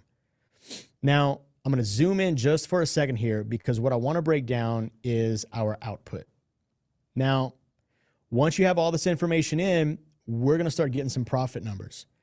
So the first thing is our maximum allowable offer. This is the maximum that you should pay for this property to purchase it. How is this calculated? Well, you'll remember our ARV, right? Like, we pulled our sale comps and we figured out what this property would be worth once we fix it up. That number came back at $257,000. We're going to use what's called the 70% rule. Now, the 70% rule says that your all-in cost should not exceed 70% of the total value, this total ARV. So we do the math. It's right here. 70% rule is $179,000. But we have another step because that's going to include construction and the price we pay to purchase. So what we're going to do is we're going to reduce or subtract our rehab amount, our estimate of $110,000 from this 70% rule, and that's going to give us our maximum allowable offer. If we were to make an offer today, if we like the numbers, this is a reference for where we would start. Now, we'd probably start closer to 55 or 60, maybe see if we can, get a lower number, but this is basically our all-in cost. If it goes to 70,000, I'm not interested. If it's 75,000, 80,000 is the lowest we can get, I'm not interested. So at the bottom right, you're going to see the 1% rule. Now, the 1% rule is a measure of rental efficiency. So does the rent in that market support the purchase price is the fancy definition. It says that your rent should be equal to or greater than 1% of the cost of this project. In this case, we're at about 1.2, which is probably the minimum of where I'd want to be before I start to consider. I know it's called the 1% rule. I like 1.2. I really like 1.5. If I see 2%, either the numbers are wrong or it's a fantastic deal, okay, as a rental. So let's keep going. So as a fix and flip, you can see the sell price is, we got it listed here, there's 257. We're going to subtract out our purchase price and our construction. We've got our holding cost and the sales breakdown. So our total cost on this property, all in, is $207,000, leaving our potential profit being at $49,000. Okay, so 257 minus the 207 leaves us at about $50,000 in profit for a cash on cash return of 137%. Now that's pretty solid, I'd say. You put down 35K cash, right? And you're basically getting back 35 plus 49. Your profit's going to be 137%. That's pretty solid. So let's keep going. We're going to look at the buy and hold analysis. So this is if you keep this thing as a rental. So we've got our rent, we've got the cash invested, our financed amount, our monthly payment is $1,100. Y'all already, y'all can see that's kind of heavy, right, for the rent that we got here. It's a little more than half. So once we factor in all of our monthly cash flow items, we're actually negative cash flow here. We're negative cash flow here. So if you were investing into a fix and flip for the first time, let me create a scenario for you. You do a fix and flip and the property doesn't sell because you see this $50,000 and you think that's a lot. But next thing you know, it's on the market for 12 months and it's not selling and you got to reduce your price from $257 to $230. Well, now you're basically break even because guess what? These holding costs right here, loan payments, property tax, insurance, utilities, lawn care, that doesn't stop. That keeps going. So your profit drops by the day. Earlier, Terica was talking about being in the right room. If you're trying to get into real estate and you don't know what you don't know, you're going to skip over this thing down here because guess what? For fix and flip, what is your best contingency? It's a buy and hold, converting it to a rental. If you have both of those things as a backup plan, your risk profile goes way, way down. I know you guys are finding value in this. I'm seeing like Christina, Meredith, Rebecca, y'all taking all kind of notes. Like I'm seeing those pencils just like flying, okay? I love it, right? So the type of information that you will get from being in the room, okay, look, I've only got 35 minutes. I'm probably already over. I don't even know. But that information is what we part to you guys. That's what kind of sets the stage for you walking into that next journey. Now, I know Terica, I think she mentioned the property challenge earlier. Yo, we're going to be doing this thing for like 5 or 6 days. And if it was up to me, I would only do this every single time, just deal breakdowns. I love it because it takes away the mystery of all this. But can you guys not see? Because first off, I imagine that some of y'all are already thinking like, I got to get into the property challenge just so I can get the deal analyzer. That's what I'm hoping anyways, right? Because this is going to shed away a lot of the mystery of it. But it's much, much more than that because where we land at the end of the day is not just analyzing deals. It's about funding. It's about being in the room with people. There's a very strong possibility, because there's a lot of studious people in this room. There's a very strong possibility that your future business partner might be in here. And if you're not like, hey, let me take advantage of this moment, there's a strong possibility that you will not find that business partner. If that person is for you, or a person that's meant for you is in this room. So I hope that you guys enjoyed this, okay? I will tell you my decision on this property. There's a lot of levers that you can pull. And again, this is kind of like what I would call min-maxing, right? Like we're trying to pull every bit of, meat off the bone. If y'all have ever seen some people like eat like buffalo wings, it drives me nuts because they don't get all the meat off. I hate it, okay? We out here trying to get every bit of meat off. So let's just look at, or let's just say, for example, if our original rent number, that $3,000 that we put in here, let's just assume that this is actually a correct number. And let's see how that changes our profit. So our fix and flip profit doesn't change, right? Because that doesn't affect anything. But let's look at our buy and hold. Well, now all of a sudden we're looking at a 10% annual cash on cash return. Not only that, but we've got, over $50,000 worth of equity in the property. That's going to continue to grow. So how would you know to change rent? How would you know to like adjust our construction costs here? Because that, guess what, is going to leave our numbers about the same, but it's going to cause our purchase price number to go up. So if our maximum allowable offer jumps up to 86,000, but we can still get them to accept 60, well, we just save $26,000 and we can add that profit to the profit of 49,000 that we already have. Are y'all okay? I'm looking at y'all. Meredith, you good? Tara, you good? Carmen, you good? I like it. They're thinking, all right, I don't know. I might have to get into some real estate, y'all. But listen, this is what we do. This is what we talk about. This is what we spend so much time teaching people on. And we're happy to do it. We're happy to walk through that process. But I just want to say this, y'all, that there is so much more that we're able to offer when we have more time with you, when you're in the right room with the right people. I have chosen real estate as my current and future career for a reason. I've worked in, W-2s. I've invested in the stock market. I've invested in all kinds of different asset classes. But the reason I love real estate is because you can get paid so many different ways. And I would love to tell you all those ways, but unfortunately, I do believe I'm out of time. But I'm really hoping we talk about all those different ways on the 5-Day Property Challenge. I appreciate y'all so much. Y'all been absolutely amazing. Michael, I'm going to kick it back to you guys. Y'all stay blessed. Peace. All right. Thank you, Derek. Thank you so much, brother. Everybody give it up for Derek one more time, y'all, for giving out some crazy good information. Did you guys learn something new? Did you learn something new? Put a yes in the chat if you learned something new for this session. I love it. I love it. I love it. Yes, I see in the chat. So listen, this is the level of information we give in the property challenge. So if you haven't grabbed your ticket, I would go grab your ticket immediately. The team's going to drop the link in the chat. Imagine this level of information over not just 1 or 2 or 3 days, but over 5+ days. Yes, plus, because we have kickoff calls, we have bonus sessions. That's what you're going to learn inside the property challenge.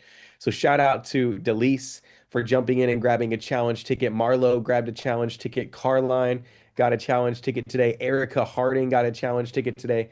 So make sure you go ahead and grab your ticket to our 5-day event, which also comes with a ticket to our conference. So we're talking about one price, one investment for 2 massive big events. All right. So a conference and a virtual event. But with that being said, I'm excited because our next guest speaker is in the room. Y'all ready to learn from Andrew? Yeah, you guys ready? You guys ready to learn from Andrew today? Listen, you're about to learn the power of hard money lending and what it can do for your real estate business. Andrew, I've heard him speak many a times in front of crowds just like this. And every time people are like, I thought I had to use my own money. I didn't know like this was available. Yes, hard money can be what you use to get started in your real estate journey. And is actually, Andrew, what I use whenever I first started getting into real estate and flipping houses and doing deals. So if you all are ready to talk a little bit about the money side of real estate, go ahead and put money in the chat. But Andrew, I'm going to go ahead, brother. I'm going to make you co-host. You're good to go. I'm going to pass you the mic. And then y'all, don't forget, I'm going to do after Andrew, I have one giveaway I'm going to do. So make sure you hang tight. But Drew, pass it over to you, brother. Let's go. All right. Thanks, Michael. Appreciate it. Yeah, great to be here. Great to see everyone again. Bunch of familiar faces. It's been nice. Been watching everyone share. Really good share there with the cash flow that Derek did. So we're going to get into hard money. We're going to get into all types of loan products, how to use them, all that good stuff. But what's really cool is when you're a lender, there's a really important formula called the DSCR ratio. And it's basically your rent income over your payment. And that's something that I'd call lender math, because it's important to understand how that works so that you can figure out if your loan's going to get approved or not. But it's not real deal math, right? So what I really like about that deal analyzer is that's deal math, because it's showing both the real world expenses and the loan payment, right? You can't have one without the other. So I thought that was a pretty good tool. I just wanted to kind of point that out. But let me get in here. I got a couple slides prepared for you guys.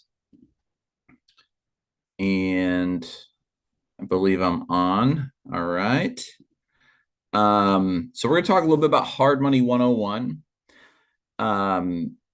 hard money is, of course, how a lot of people fund their real estate deals. And that's one of those misconceptions is, if I'm doing fix and flips and people think real estate is cost prohibitive. They're scared to get into it. They think I need $100,000 to buy a house. I need another $100,000 to fix a house. I need $200,000 to do a deal.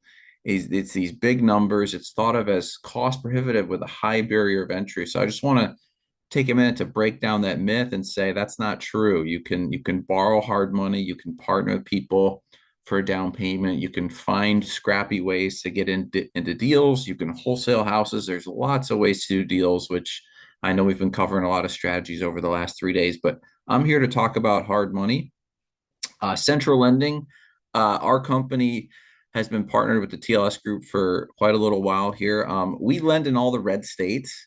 But if you're in a gray state, I still like you. I'll still help you. I'll still refer you to a great lender. I'm still happy to answer any question you have. It's just not a market that we're necessarily an expert in, but we're pretty well versed in the Southeast and Midwest. A little bit about us is we've done over 350 million of loan originations. Our servicing portfolio is over 120 million today. It's about 500 units. We've got 1,200 customers and reasonable rating on Google. So appreciate those good Google reviews. So I'm going to talk to you guys about leverage. Okay, so Derek just went through a great deal, right? A purchase. This is the fix and flip deal. Okay, you got your purchase price, you got your construction, you got your total investment of say 150,000. You got your ARV of $200,000. Well, that's profit of 50,000. Now, this is not the deal analyzer. This is very simple, round numbers and no closing costs rolled in. Okay, I'm just using simple numbers to illustrate a point of what hard money does for you. This is a fix and flip deal in cash. Okay, you invested a $50,000 down payment, or you made a $50,000 profit over your $150,000 investment. That's a 33% ROI, right? Not bad.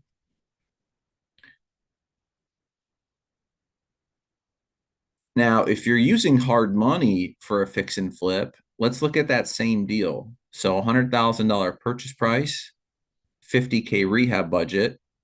But this time, instead of going in for $150,000 in cash, you can actually borrow $85,000 for the purchase part of the deal, and you can borrow 100% of the construction.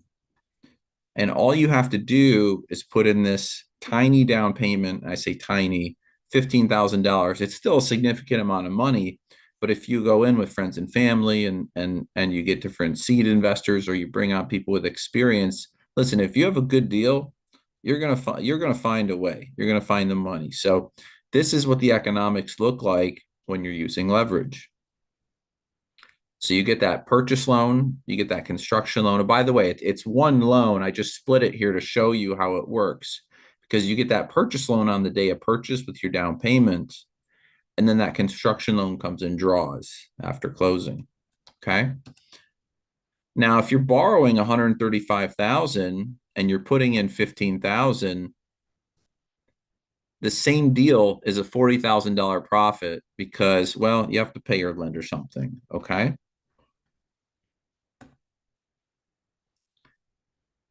And a $40,000 profit over $15,000 down payment, that's a 267% ROI.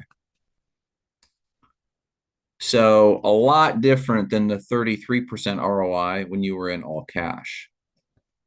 Okay, so with cash, remember, we're a $50,000 profit, $150,000 deal. It's a 33% ROI. And if you're using leverage, the profit is a little bit lower because you have to pay your lender something to rent your lender's money, essentially. But you're only into that deal for the down payment. Again, I did simplify this a little bit. I didn't include interest payments and closing costs, all that. I just wanted to make it really simple just to drill the point home. But that's the power of leverage, right? So on the left is unlevered, and on the right is levered. So leverage really accelerates good deals. It also accelerates bad deals, by the way. So you want to use leverage very responsibly and underwrite very tight. Okay. But this is why people use leverage. It's because it allows you to do more with less.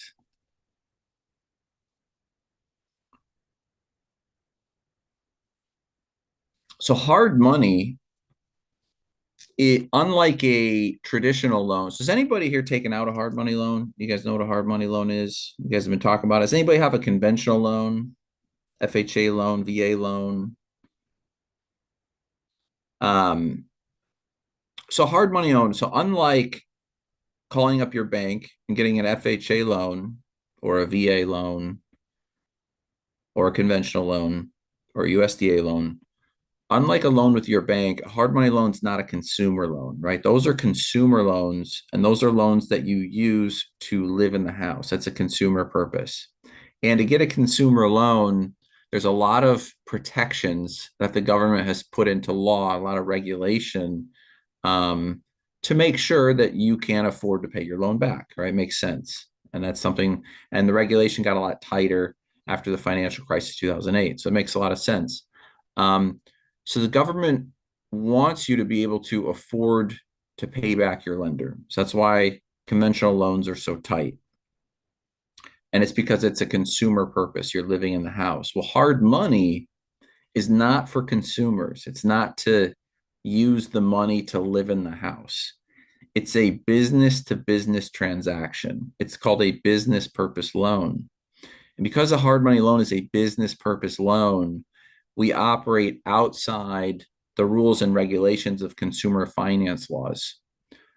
So we do business purpose loans, and business purpose loans have a different set of laws, rules, and regulations. Business purpose loans don't require that I look at your personal tax returns or that I look at your debt to income ratio or that I pull your pay stubs or any of this other craziness. All I have to do is look at the deal, and if the deal makes sense, I can fund it. Does that make sense? So it's really handy for people who are self-employed or for whatever reason, the tax returns, the pay stubs, if any of that if it feels like that might be a limiting factor in financing, I just want to let you know that's not a limiting factor. So the approval of the deal is based on the deal, right? If it's a fix and flip loan, if it makes money, that's what's most important to the deal. If it's a rental, if it cash flows, that's what's most important to getting the deal approved. Now, this is a breakdown of different hard money products. So there's 4 main products where you can use a hard money business purpose loan. So fix and flip on the left. This is when you have an existing property and you're improving that property. Okay. New construction is when there's no property there. It's just a piece of dirt or maybe a house. You're going to demolish it and rebuild brand new construction. But these products are a little different, but both of these products have an improvement, a property improvement built into the structure of the deal. Both of these loan products require extensive renovations. Both of these products require a profit in the deal to get approved, okay? And on the right side, we have our bridge loans and our DSCR loans. So bridge loans are for stabilized property. So they do not have construction in them. So let's say you want to buy a $200,000 property. You're just going to furnish it for a short-term rental, and then you're going to go refinance it with your bank or with me. But you're not really doing any improvement. So that'd be a good situation for a bridge loan. Or let's say you have a rental, it doesn't need a lot of work. You just got to close in 9 days. That'd be a good situation for a bridge loan, right? And then you could maybe refinance later. A DSCR loan is also for rented and stabilized property, but this is a long-term loan. It's a 30-year loan, fully amortized, okay?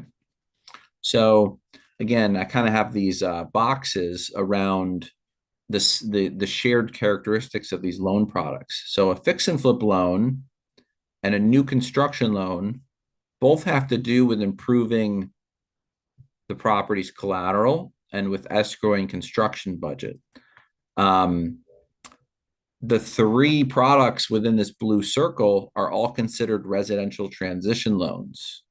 So these are 6 to 18 month short-term loans where you're transitioning the property from typically a purchase into a sale or a refinance during the term of that loan. On the right, in this light blue circle, we have bridge loans and DSCR loans, and the common theme there is these are typically rented and stabilized property. Now, there are some scenarios where I'll have a person fix and flip a house in cash or build a house in cash, and then when it's on the market, they want to take out a bridge loan on its stabilized value and use that cash for other deals, okay? But the main thing with a bridge loan is you're not further improving the collateral, but it's still a short-term loan. And then with DSCR loans, the property is stabilized, rented, the collateral isn't changing. Does that make sense? So on the left side here, you're drastically changing the collateral construction and the collateral's value. And on the right side, for these two products, the collateral is staying the same. Okay, on these three products on the left, this is a short-term loan in this purple rectangle. These are 6 to 18 month loans. And on the far right, this little DSCR product, here's a 30-year loan. So it's 4 products. They all have different purposes, and some of them share characteristics. So I just want to kind of break that down because these are the 4 main products in our world. And if you're going to be operating in the 1 to 4 unit residential investor space, it's just very important that you understand these different products and what they can help do for you. All right.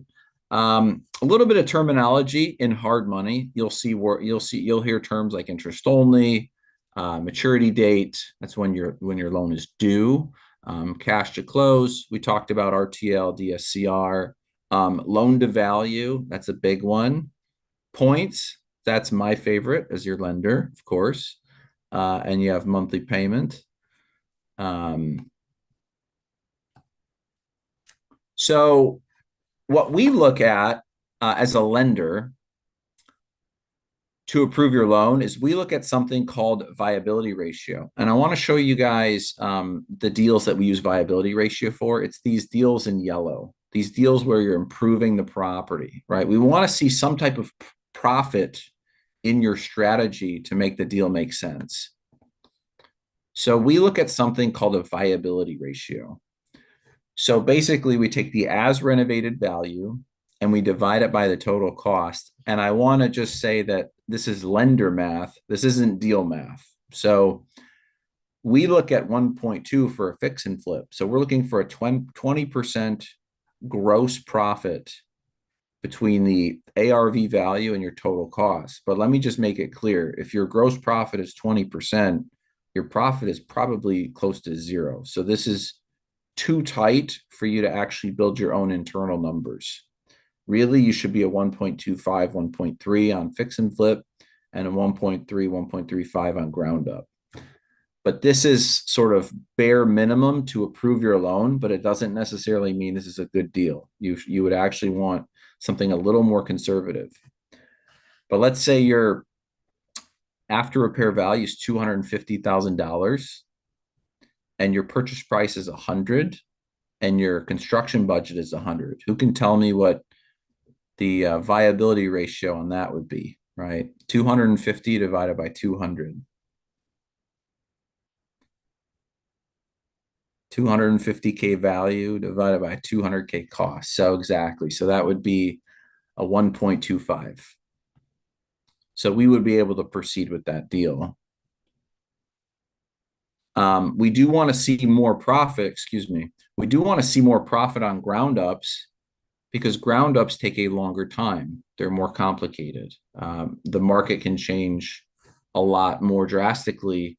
Ground ups will take almost a year. They can take 6 months to a year. So the price of materials can change. the market can change, and you have more holding costs. So we want to see more profit baked into a ground up or an addition, right?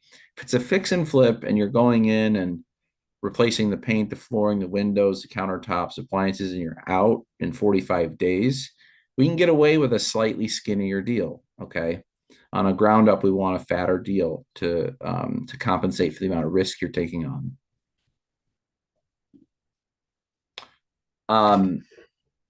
So here are some leverage ratios, okay? So Derek's talking about underwriting. This is how a lender underwrites. So we look at 4 leverage ratios.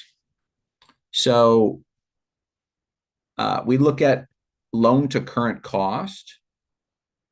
We look at loan to cost or loan to final cost. We look at loan to value, and we look at loan to after repair value. And a lot of people think that hard money lenders just look at loan to value and that's it, right? What's your LTV? I get probably 20 calls a week, and the first question is, what's your LTV? Well, I'm here to tell you it's not that simple. It kind of depends on your deal, depends on your budget, depends what you're doing, but we actually look at all 4 of these ratios. So loan to current cost is just like loan to purchase price. Okay, so if I'm giving you $80,000 to buy a house and the purchase price is $100,000, my loan to current cost is 80%. Does that make sense? So that's on your closing day.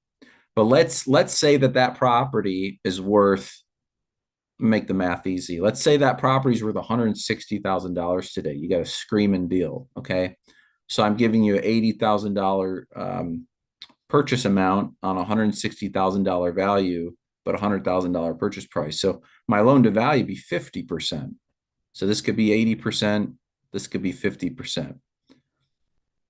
But let's say that, so these are your closing day ratios on the top. Now, closing day ratios are obviously when you close the house. On the bottom, we have loan to cost and loan to after repair value. So what's different about these bottom ratios is these bottom ratios are calculated when the project is finished. So on a fix and flip, we're looking at what's our advance ratios when you close, but we're also looking at where is our risk at when this project is done, because that way we can evaluate the risk of all loans in our portfolio from start to finish and be more comfortable. It'd be silly to just measure your closing day ratios, then send the borrower a bunch of funds during construction and kind of just hope that we're not over leveraged at the end. So we measure loan to final cost and loan to after repair value. Does that make sense? So let me give you an example of loan to final cost. So let's say the purchase price is $100,000 and your rehab budget's $100,000. And let's say we give you $80,000 at closing, but we give you the entire construction budget of $100,000, okay?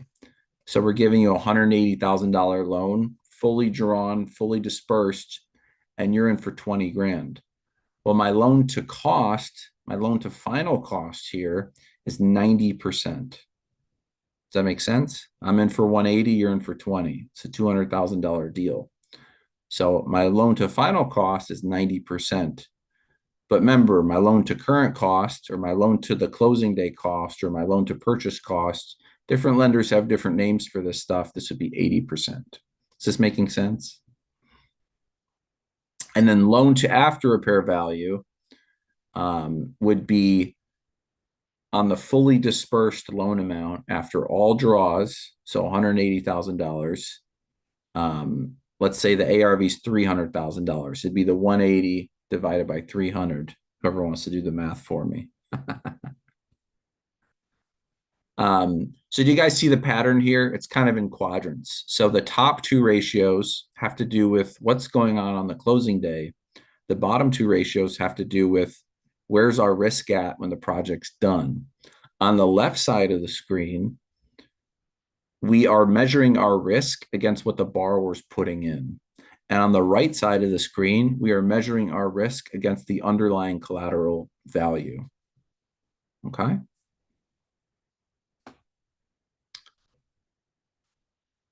We talked a little bit about this. The DSCR, of course, is debt service coverage ratio. That's rent divided by PITIA. That's principal, interest, tax, insurance, and HOA fees. So we want to know, what's that debt service? Generally, if you're over 1.0, you can qualify for a DSCR loan. But make no mistake, a 1.0 DSCR is not very strong. Because it doesn't include actual property operating expenses. And that's what Derek was going over in the last slide. So there's a difference between lender math and operator math. So you guys really at a high level should know both of these things. So you want to know, what's my operator math, and what is my lender going to look at to get this loan approved?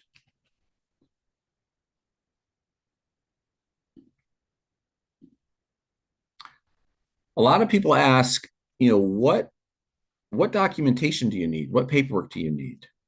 And the way I try to explain this is, there's basically three groups of data that your lender needs. There's your deal data, and that's anything about the actual collateral. There's your entity data, that's anything about the LLC that's taking out the loan. And then there's your personal data, that's anything about the warm-bodied guarantor that's going to sign the loan and make this project happen. So that's you, okay? So entity data and personal data, you really should get this stuff out of the way immediately with your lender. You don't want to wait until you have a loan that needs to close in 4 days and then create a fire drill where you've got to get your lender comfortable with you. So you can give your lender your driver's license on Monday. There's nothing stopping you. You can turn in your operating agreement on Monday. You can tell us where your mailing address is on Monday. Like, we can get everything going proactively, and then all a lender is solving for is the actual collateral. And that makes processing a lot smoother when we already have taken care of 2 out of the 3 variables.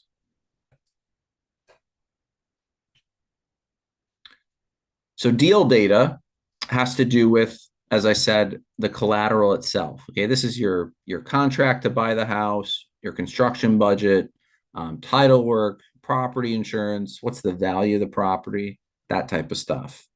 Entity data, as I said earlier, you can get this out of the way right away, right? This is your articles of organization, your operating agreement, if there's multiple members, a signing consent, your mailing address, and so on and so forth. And your personal data, right? This is just giving your lender a driver's license, letting your lender run a background check, a credit check, letting your lender vet your experience, and telling your lender the mailing address so that we can properly prepare your loan documents and get these variables out of the way. Okay. I just want to touch a little bit on what kills deals. So red flags that lenders look for. Whenever you have a refinance, that's a bridge loan. So whenever you're doing a hard money loan, like a short-term loan, but it's a second short-term loan to bail out a first short-term loan, that's a red flag. Okay. Another red flag we see is we see contracts that were signed with a seller, and the contract is from 5 weeks ago. And so the lender's going to ask you, wait a bit, which lender already declined this loan and what's wrong with it? What do I not know? Okay.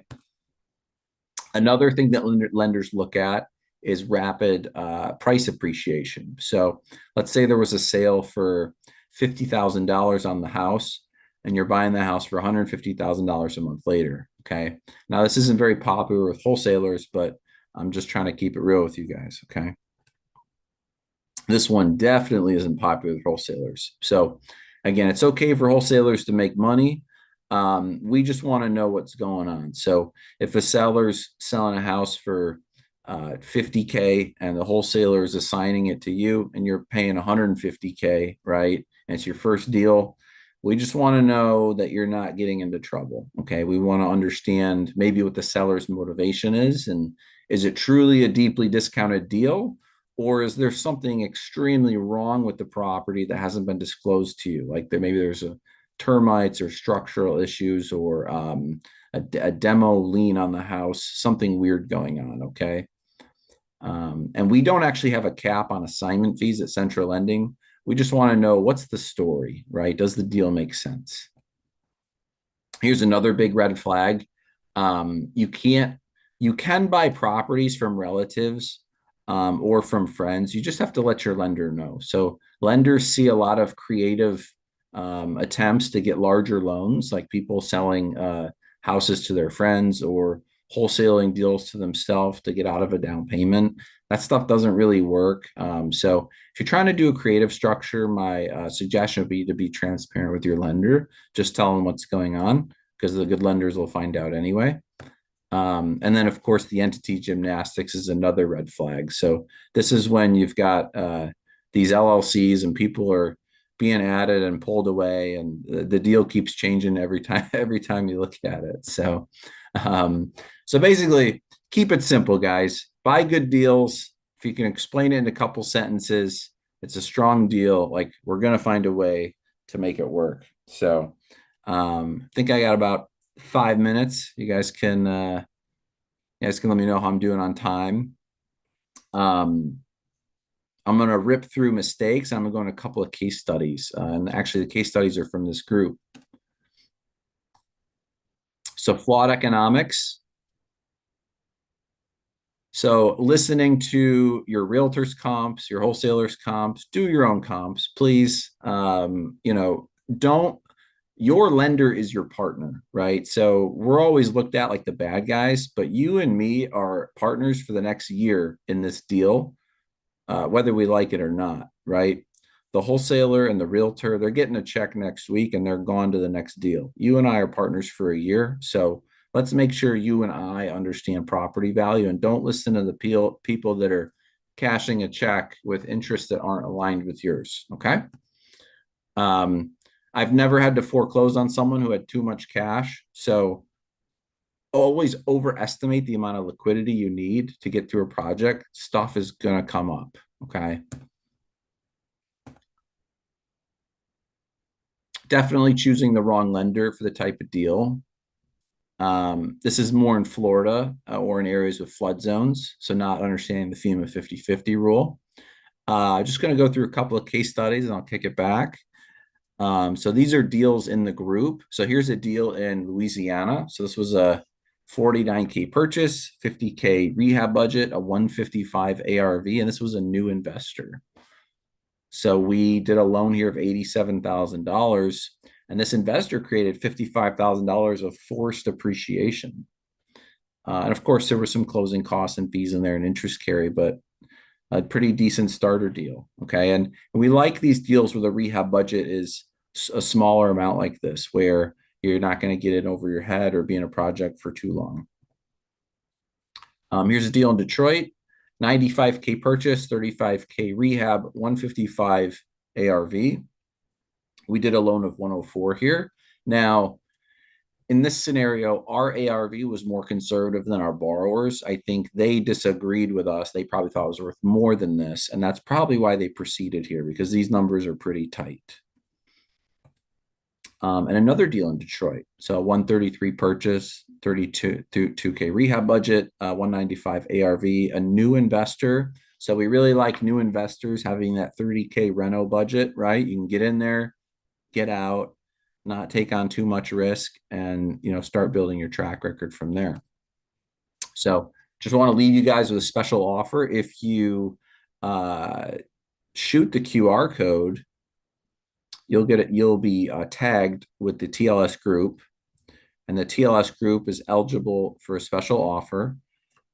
So currently that offer is, we are covering your appraisal on your first deal. If you make an account using the QR code, you can actually go on our website, and it's not quite as good as the deal analyzer, but you can go on our website and price out a deal and kind of see what would the numbers look like, what would the down payment be, what would the cost be, what would the rehab budget be, and so on and so forth. So really appreciate being here with you guys. and I'm looking forward to the rest of the challenge here. All right. All right, all right, all right. Thank you so much, Drew. Thank you so much. I was talking on mute. My bad, y'all. I was trying to come up here. But thank you, Drew. Everybody put thank you in the chat. Y'all, great information for those of you all that are looking for new ways to fund your deals. So make sure you all take advantage of hitting up Andrew and his team. Like he said, even if he doesn't fund in your state, connect with him because you never know. You may need to, A, you may find out because I mean, even if Andrew, if they live like in California, but they want to buy a house in Kentucky, you could still fund that, right? Yeah, exactly. So that's a great point. So yeah, we're in 40 states. I mean, we got most of the country covered. And we're actually getting out to California pretty soon. So, and Exactly. even if we're not we're in most states except for a couple of the rural ones, and California. But we'll be out there soon. But even if we're not in your state, we can definitely answer your questions and point you in the right direction. I love it. So make sure you connect. Everybody put thank you, Andrew. Thank you, brother. We appreciate it. Y'all, this is just exactly what we teach inside the challenge, like I said. And I'm excited because this is just sneak peek previews, right? But listen, I'm gonna go ahead before Terica comes up to close us out for the night. I gotta end with a giveaway, y'all. Y'all wanna do a giveaway? Y'all ready? You excited? You want to get listen, giveaways are my favorite. Every time people say, Michael, why every time you come up, you be spending money? Or Michael, you're like giving away stuff. Listen, y'all, it's because I would love to do it. I love to do it. So I'm gonna go ahead and announce the winner from our earlier giveaway. We told you all to go follow Terica and take a selfie from where you were tapped in or take a picture of your computer. Who went and did that? Let me know in the chat. Put a me in the chat if you went and you followed Terica and you actually went and took a selfie or took a picture and tagged her. Who did it? Let me know. I see. Okay. Juanita did. Christina did. I love it. Sheila says, I tried. Listen, I guess that's all that matters. You tried. But I do have the winner. The team sent it to me. So everybody put drum roll in the chat. This person's gonna win some TLS merch, but I have another giveaway we're doing tomorrow morning. I'm gonna share with you how to win that. But this is what I want to do. I'm gonna go ahead and announce the winner. Here we go. The winner of the next TLS merch giveaway is the username the team sent me is Kiss by Chrissy B. Chrissy B. I don't know if Chrissy B's in the room. But Chrissy B, congratulations. Is that Christina maybe? I don't know if that's Christina. I see there's a Christina B here, so maybe that's her. Let me see. Let me see if I can find Christina B. I don't know. It's Chrissy B online. Shout out to Chrissy, and we'll make sure that we send over some merch your way. All right. So now I want to tell you guys how you can win the next giveaway. All right. The next giveaway. We're gonna be doing it. Let me see. We're gonna be doing this. I'm gonna pull this up real quick, team. I'm gonna have maybe Britt, you can find it faster than me. We're gonna give away. Actually, I just got the link. Great. So we need everybody to go subscribe to the Property Challenge podcast. Did y'all know that Terica has a podcast where she's dropping shows every single week, sometimes multiple times per week? Did y'all know that? Stephanie says yes. I love it. They're so good. Yeah. Okay, so if you haven't went and subscribed, this is what I need y'all to do. Tomorrow, Britt, this is what I want to do. I'm gonna pause the chat briefly. I need everybody to go right now. Some of y'all are watching on YouTube. If you're watching on YouTube, go click that subscribe button right now. But what I want you all to do is go click that button below in the chat, subscribe, and watch a video and leave a comment. All right. So, Britt, what I want to do is I want to pick one person tomorrow at random on day 3, because we do have a day 3 tomorrow. And I'm going to come back and I'm going to pick one person who went and commented on a video of Terica's. All right. So, somebody who subscribed and commented on a video. So, that's what I want to do. It'll literally take you 10 to 30 seconds to go subscribe. And tomorrow I'm not gonna do swag. I may do like cash or a gift card tomorrow. So make sure you're in the room. We start at 10 a.m. Eastern Standard Time tomorrow, all right? So with that being said, I'm gonna go ahead and get Miss Terica back up here, you all. I got the giveaways done and out of the way. I have some announcements and some big things I want to be talking about at the very end of the night, so don't leave once Terica wraps up. But I'm gonna go ahead and pass the mic over to her so we can go ahead and get the last segment with Terica wrapped up. And thank you guys for being here. And T, I'm gonna pass it over to you. Awesome. Y'all drop some fire in the chat for Tucker. I mean, he be holding us down. He can deal with a strong black woman. He can deal with the direct questions and the direct responses. And he just still be standing tall. And he's been standing tall and consistent for some years now. So I just appreciate having such an amazing team. Shout out to Tucker and everybody that's behind the scenes being able to make this work for you guys. I bet y'all didn't know I had so many nerds on my team, right? I mean, like, I'm just going to be honest with y'all. Like, all I heard Andrew say was, give me some money. Okay, like that's what I heard. Give me some money. Okay, he got the formulas. He taught you guys how they're going to be able to underwrite it. Fix my chat for me, guys. He taught you. He teach you how to like how he would underwrite it. You know, what they're looking for with DTI, and I think that that's all really awesome. But again, if you're going to do nothing with this information that we're giving you, it makes no sense to continue to sit here, right? We're giving you information and knowledge and tools and resources. Like, we're not gatekeeping. We're giving you real life things that we are doing in real estate at a very high level. Somebody drop access, right? He just gave you guys a bonus because y'all have access to me. That's how you leverage relationships. That's how you leverage being in rooms like this. And I just think it's important for you guys to recognize, look, this may seem like something, yo, this is what you do all the time. No, it's not. For people to come on, offer their services, offer to give you deals and opportunities, that is happening because you're getting a special QR code that got TLS at the end of it. So when it comes through, it has the initials to know, hey, look, this is a very important person that came from a very important room versus you just filling it out online and they have no clue who you are. Right? When you click that QR code or you sign it or whatever the case may be, guess what happens? They know that you've been in a room getting educated and learning. So it's just so important to take advantage. Somebody say take advantage. Take advantage of this room that you're in right now. Now, I told you guys I was going to come back on here and talk about the 5-day property challenge again. Drop a 1 in the chat if you have not gotten your ticket yet. Drop a 1 in the chat if you have not gotten your ticket yet. Let me ask you a question. What would you do if we was to go off camera right now and close the opportunity? How would you feel? How would you feel? You see, I always ask myself the question, how would I feel if I don't do something?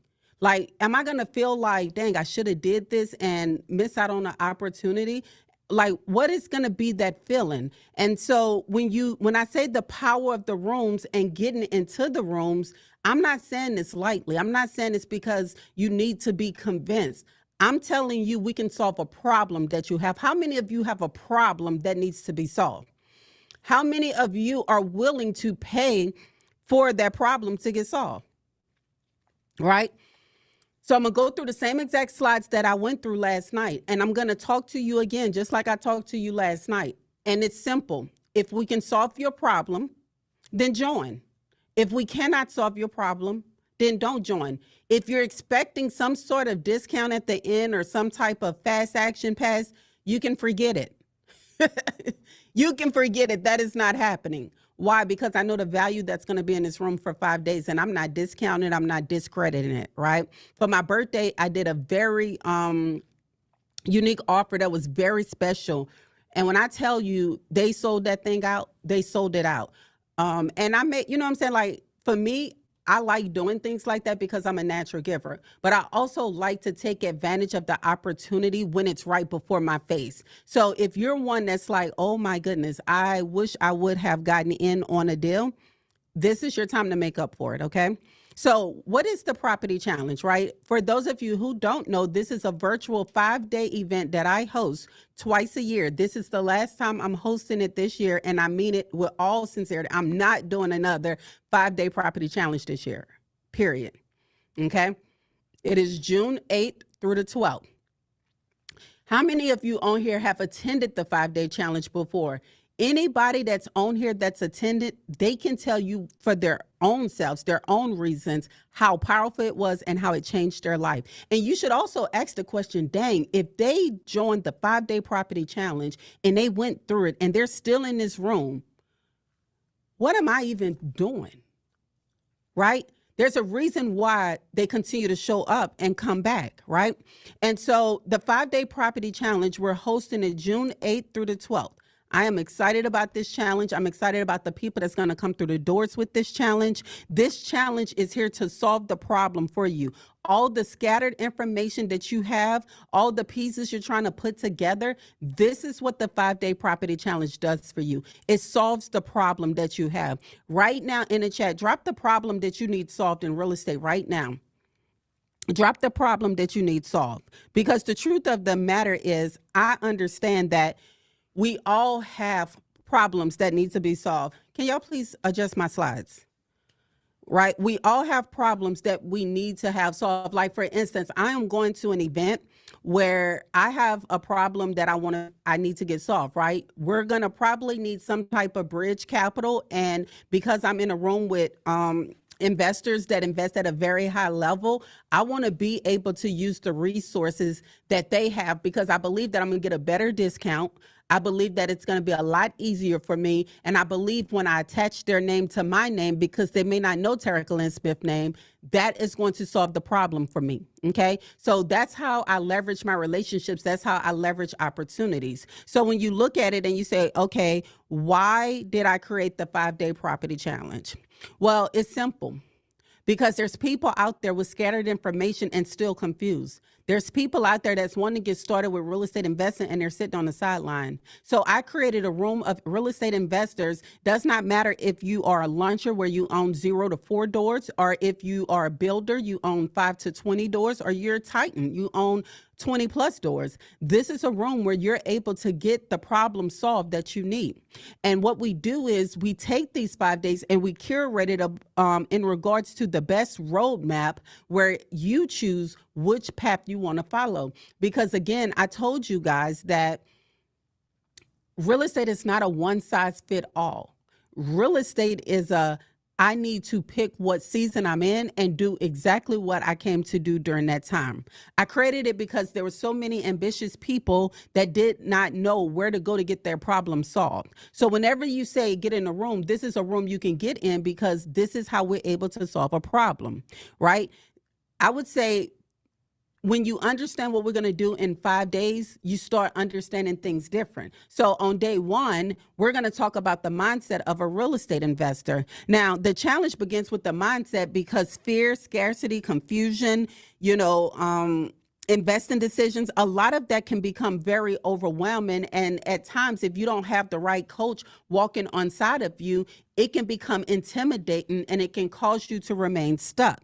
So the mindset is not just motivation. The mindset is your operating system. Your mindset is your CEO of your business. Your mindset is what's going to be rooted when everything else falls apart. And so we work on building that mindset for you so you can be able to withstand the storms that come within real estate, within partnerships, within operations, within growing your teams. We help you develop the mindset that you need to be able to continue to stand firm within a storm.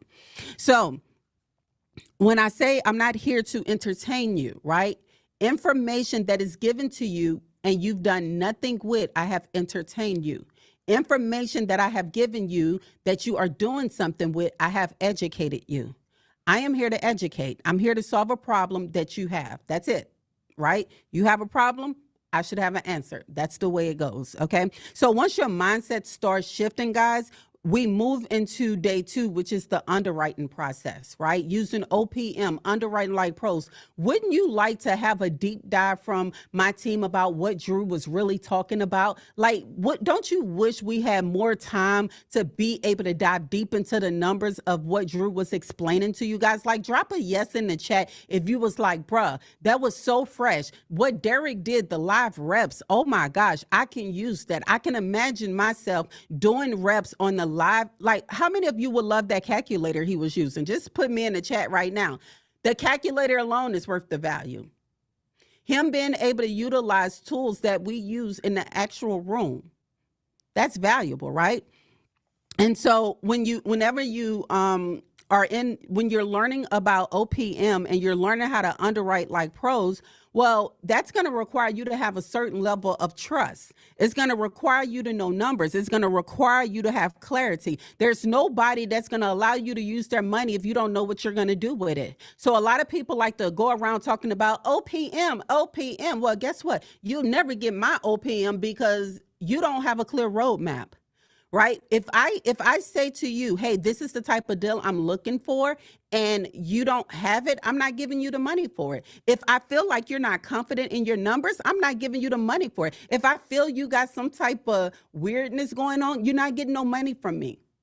Because again, I know that I'm fertile soil. So I know everything that's planted within me grows. So I have to be careful with that, right?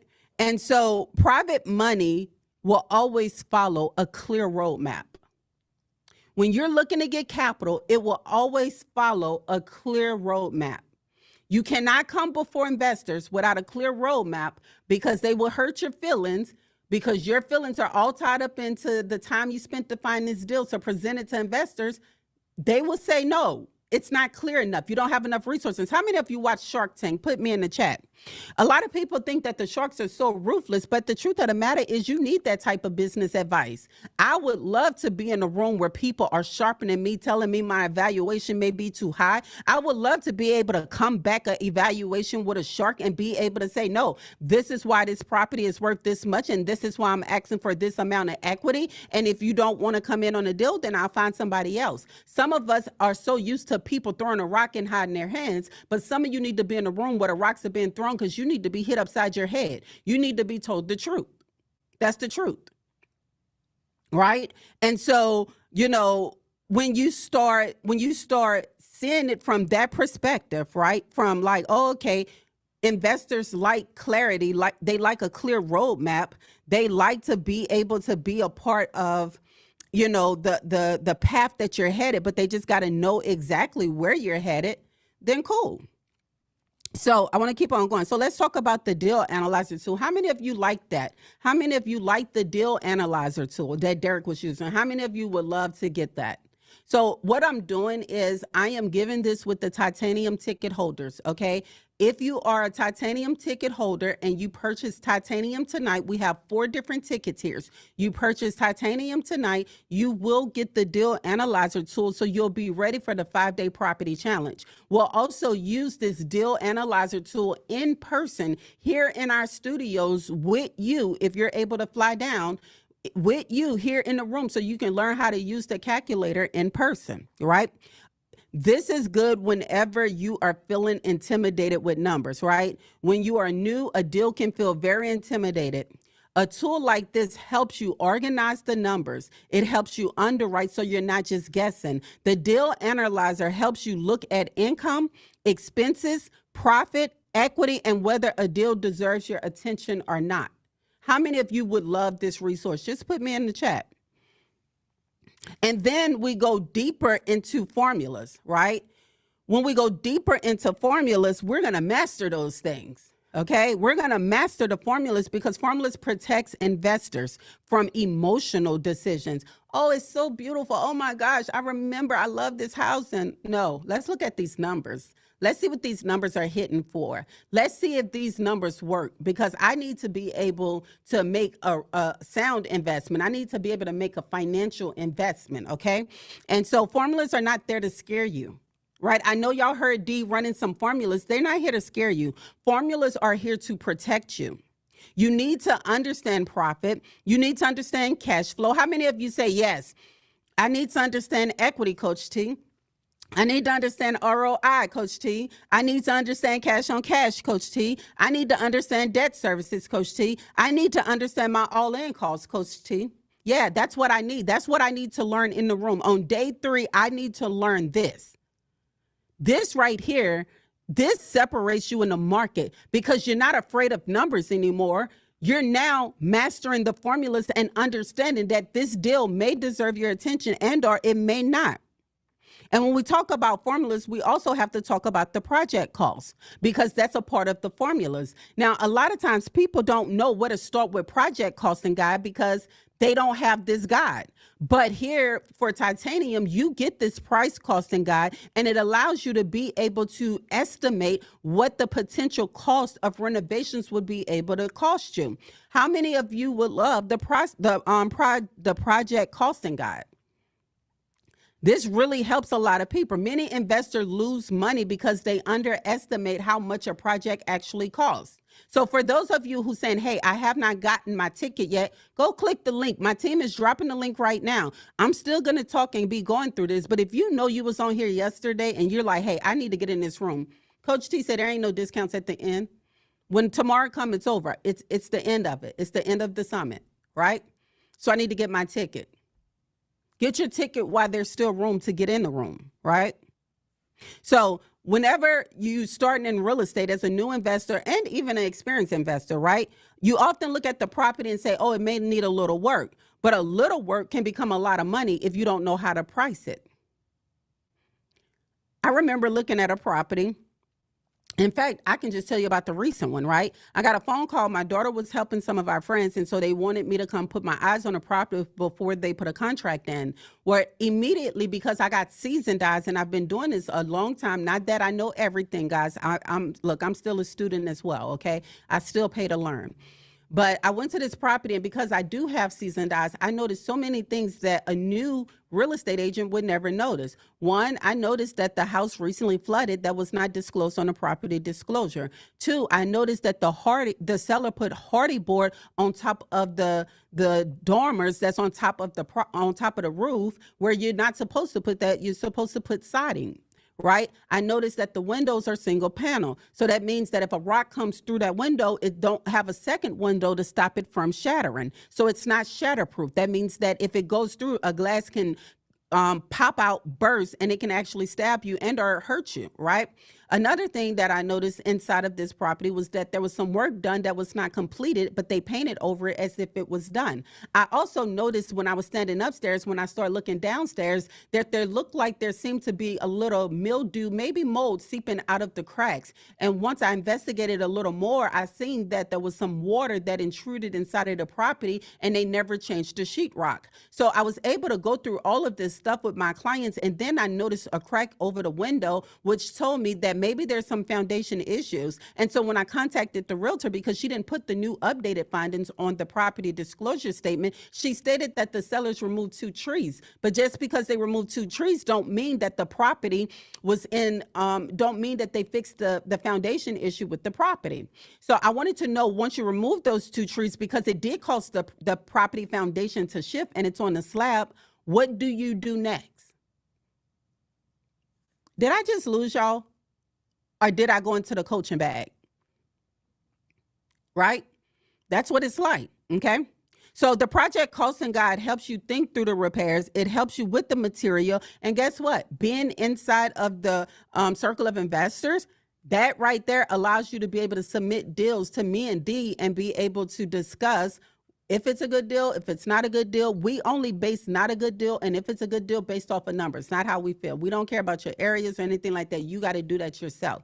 So I'm telling you that being in a room helps you accelerate those things, right? Costing turns excitement into costing. This right here turns excitement into like real seriousness real quick. You stop being excited when these numbers start adding up.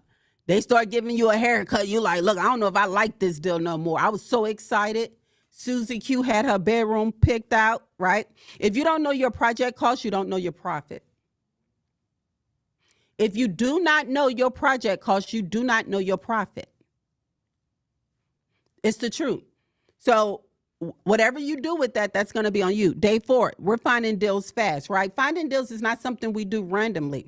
It's knowing where to look and how to look for them, right? A deal is not just a deal because it's available. There's a lot of things that's available on the market that is ridiculous overpriced. We had somebody from our 5-day program, they was putting in the chat, none of these formulas are working. They were the loudest in the chat, right? We teaching formulas, and they kept on saying, none of these formulas you're giving us is working. I mean, they were saying it with their whole chest as if we cared. hey, we're doing our job.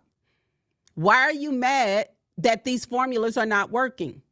It's not that the formulas are not working. It means the deal is a bad deal.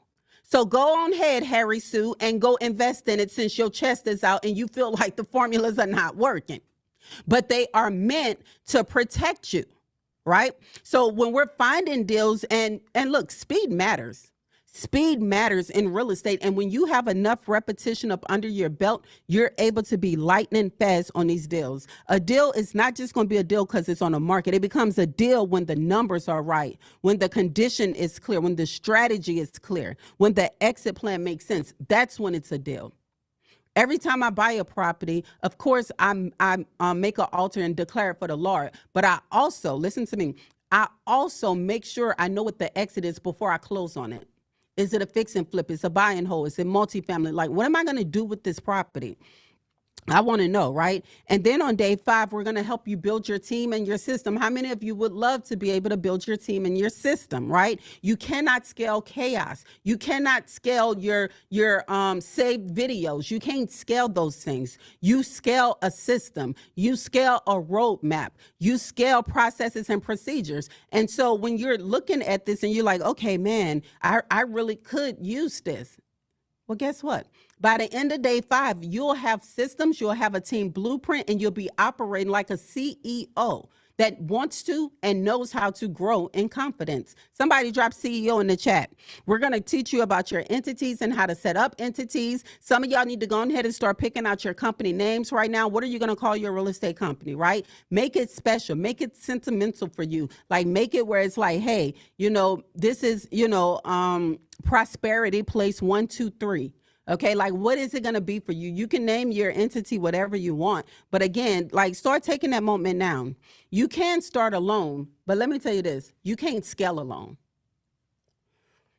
You can start alone, but you can't scale alone.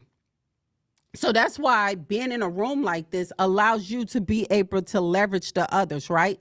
We teach you how to be able to turn these systems into processes.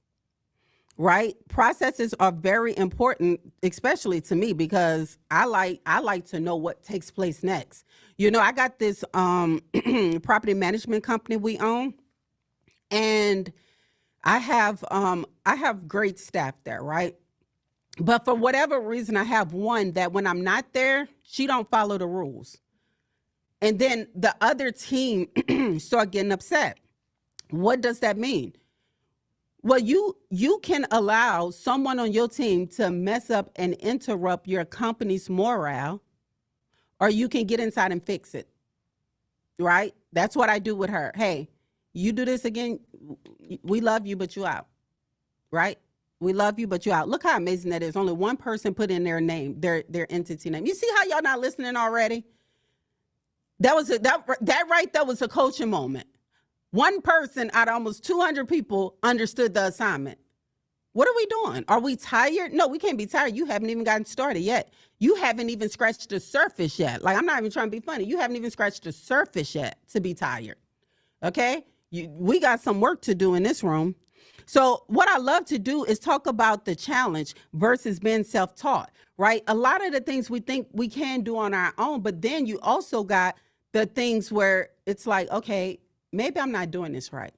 So when you look at the 5-day property challenge versus being self-taught, right, you're going to get access to be able to have speed, structure, access, accountability, clarity, confidence, community, correction, the right energy, and a return on your investment, right? So when you look at the ROI, it's a faster path to execution and results, higher hidden costs and delays and wrong moves when you do it yourself. Some of you are still on the sideline like, and some of you are like, I'm all in. Coach T, for all my people that's all in, come in all in. I need to see if my cousins are in the room. Like, I need to see if my cousins are in the room. Like, I'm talking to the people that's all in. That's the ones that are going to be going. I said this yesterday. Everybody is not going to take this path with us. The people you see today will not be the people you see at the 5-day property challenge. That's just what it is. So you got to ask yourself the question, will you monetize this room while you're here? Don't let no rock go unturned, right? So what is the titanium ticket that I'm talking about? The titanium access ticket. Somebody drop titanium in the chat. You see, titanium is the highest level of access that you can get currently for the 5-day property challenge, which includes a ton of jewels, and I mean a ton of jewels, right?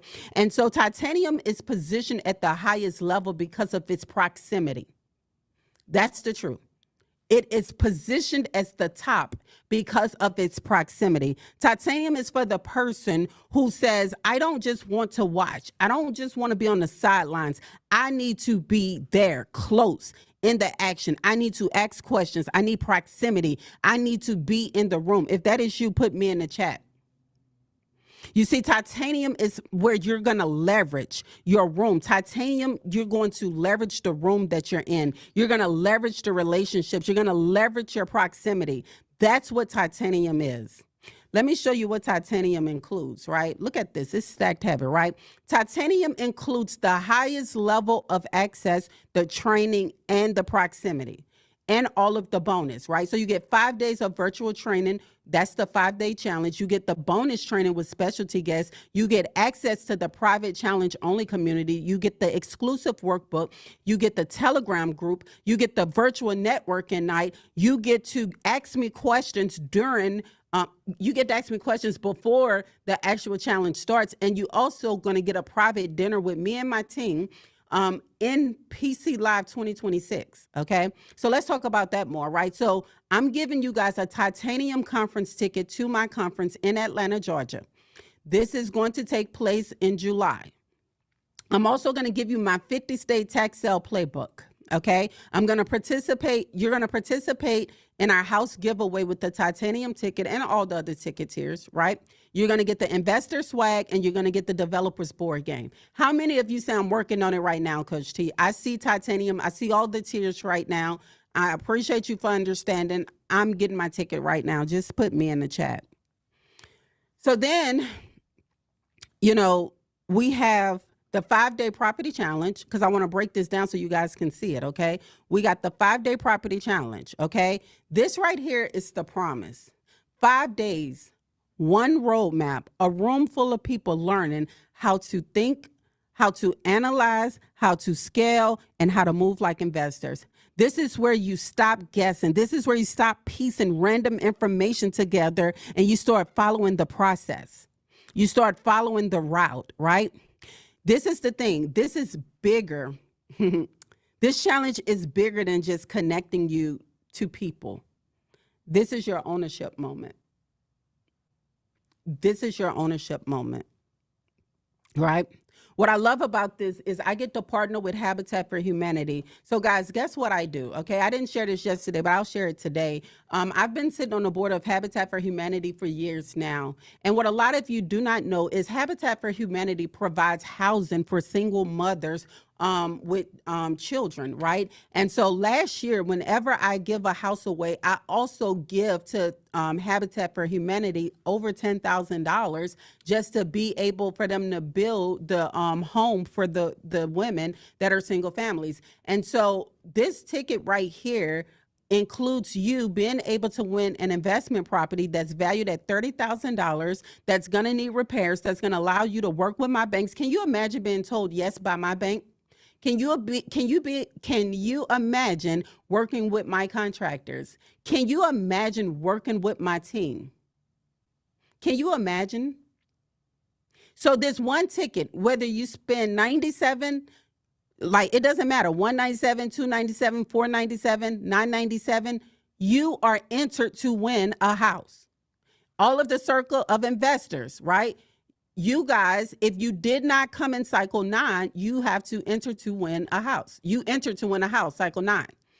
Alumni and previous inner circle, you got to buy your ticket. You got to get your ticket. Every ticket is included. Every house giveaway is included with a ticket. Now, this is what it's about. Can you imagine all of us on here giving back houses to people? Or y'all don't care like that? It's okay if y'all don't care like that. Like my assignment may not be everybody's assignment. I'm not going to be offended with that. But it sure feels good. It feels good for someone who was homeless with her child. It feels good knowing that they have programs and organizations that are out there to be able to help. Do you know Habitat for Humanity financed these homes for these single moms, and they have a 1% interest rate? It sure feels good to be a part of that, because I remember when I needed something like this and it was not available for me. So because God put me in a position to be able to bless others, I take it with great joy that I'm able to do this. Every year we give a house away. And I'm telling you, this is going to be a fire deal. Okay, a fire deal. So go ahead and put I'm joining. If you see that in the chat and you're like, yo, that's what it's all about, I would love to do that. Like, we're helping change people's lives just by being able to do this. And of course, right, you know, I'm not going to overpromise and underdeliver. You guys got to put in the work for all of this stuff to work. Like, you know, you have to. If not, it's just not going to work. It's based off of you doing what you need to do. So then you also get a complimentary ticket with Titanium to the 5-day to the PC Live 2026, which is July 31st through August 1st. Mark your calendars. Can I tell y'all something? Our room block is almost full. I have not posted like this on my page. The conference we have not advertised for. The in-person conference we have not advertised for. It has all been in-house behind closed doors. So that means you get access to this event that's already about to be sold out before we even release it to the public. So I want for you, whenever you sign up to get your Titanium ticket, you're going to be sent the link to be able to book your hotel room. Take my advice. When you get your link, after you buy your Titanium ticket, book your room. Book your room, because in Atlanta, Georgia, we're going to have a good time. Titanium is going to give you that access and that proximity that you've been looking for. It brings you closer to, hey, I'm like, this is my seat at the table. Whether I can do it now or not, I am sitting at this table. And look, there's somebody in our circle of investors. He's been with us since cycle 1. And I absolutely love Josh's story, because Josh now, he gets in deals because people just want to use his expertise. Some of you keep thinking you need all this money, but Josh is in the right room. Josh has never left this room. I think he may be our longest standing inner circle of investor member. I really do believe that. Yeah, I'm not sure, but I believe so. I believe him and Shelly, I think a few other people. But yeah, since cycle 1, right? All them years ago.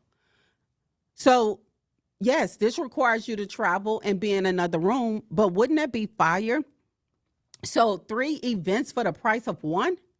Drop some fire in the chat if you're excited about that. Drop some fire in the chat if you're excited about these events. If you're like, look, this is a no-brainer, drop some fire in the chat. You're stepping into a larger ecosystem right now. You're stepping into a different arena. When I tell you success loves speed, that means that you need to take action now.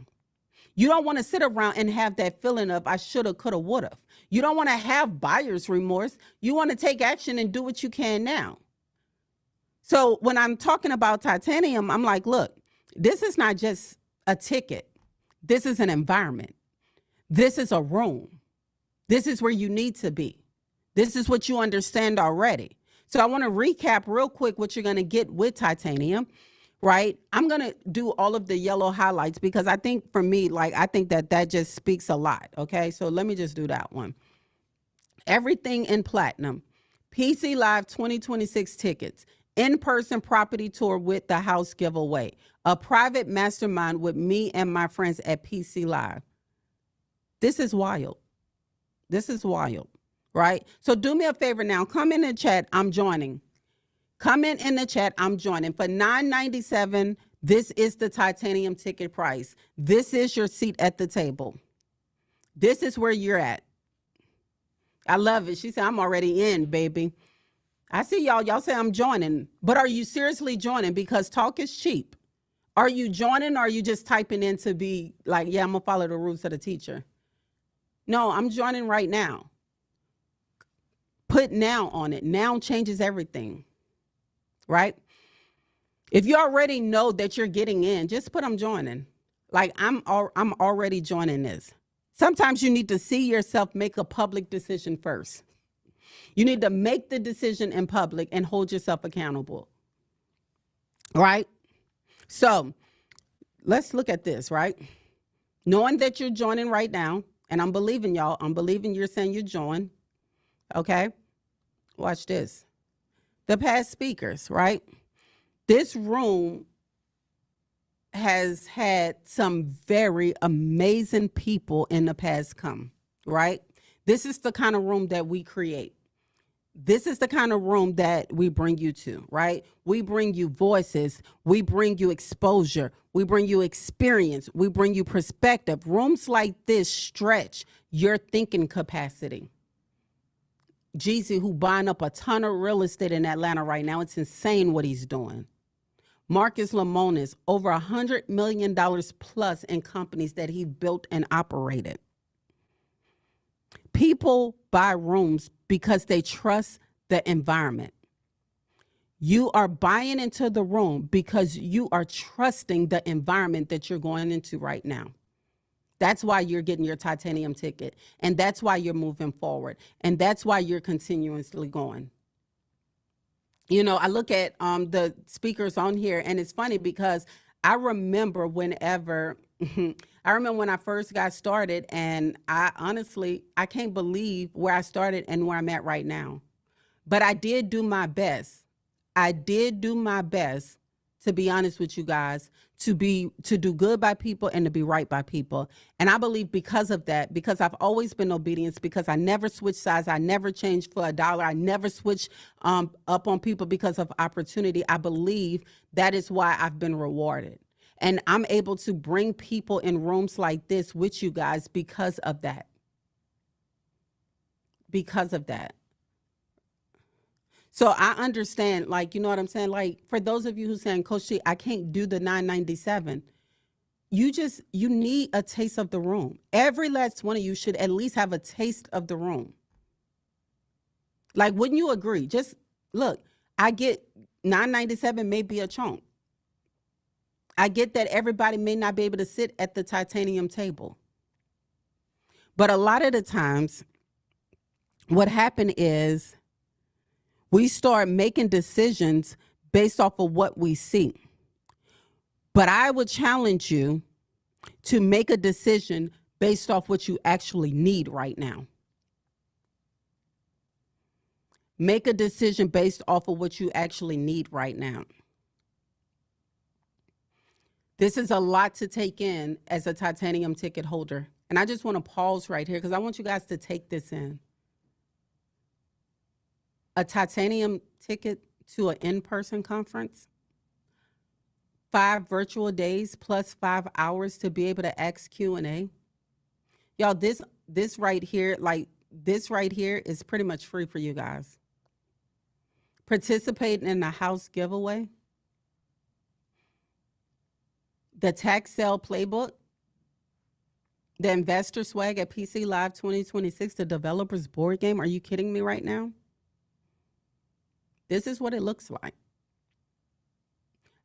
I am telling you, the rooms I'm in now have changed me forever. I could never go back to who I was. I could never go back to who I was. And I know that everybody is not in a place to be able to afford $997. But drop in the chat right now.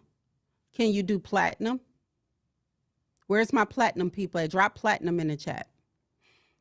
Can you do VIP? Where's my VIP people? My VIP people, drop VIP in the chat. Where is my general admissions? You matter. Where you at? Where is my titanium? My titanium ticket holders, where you guys at?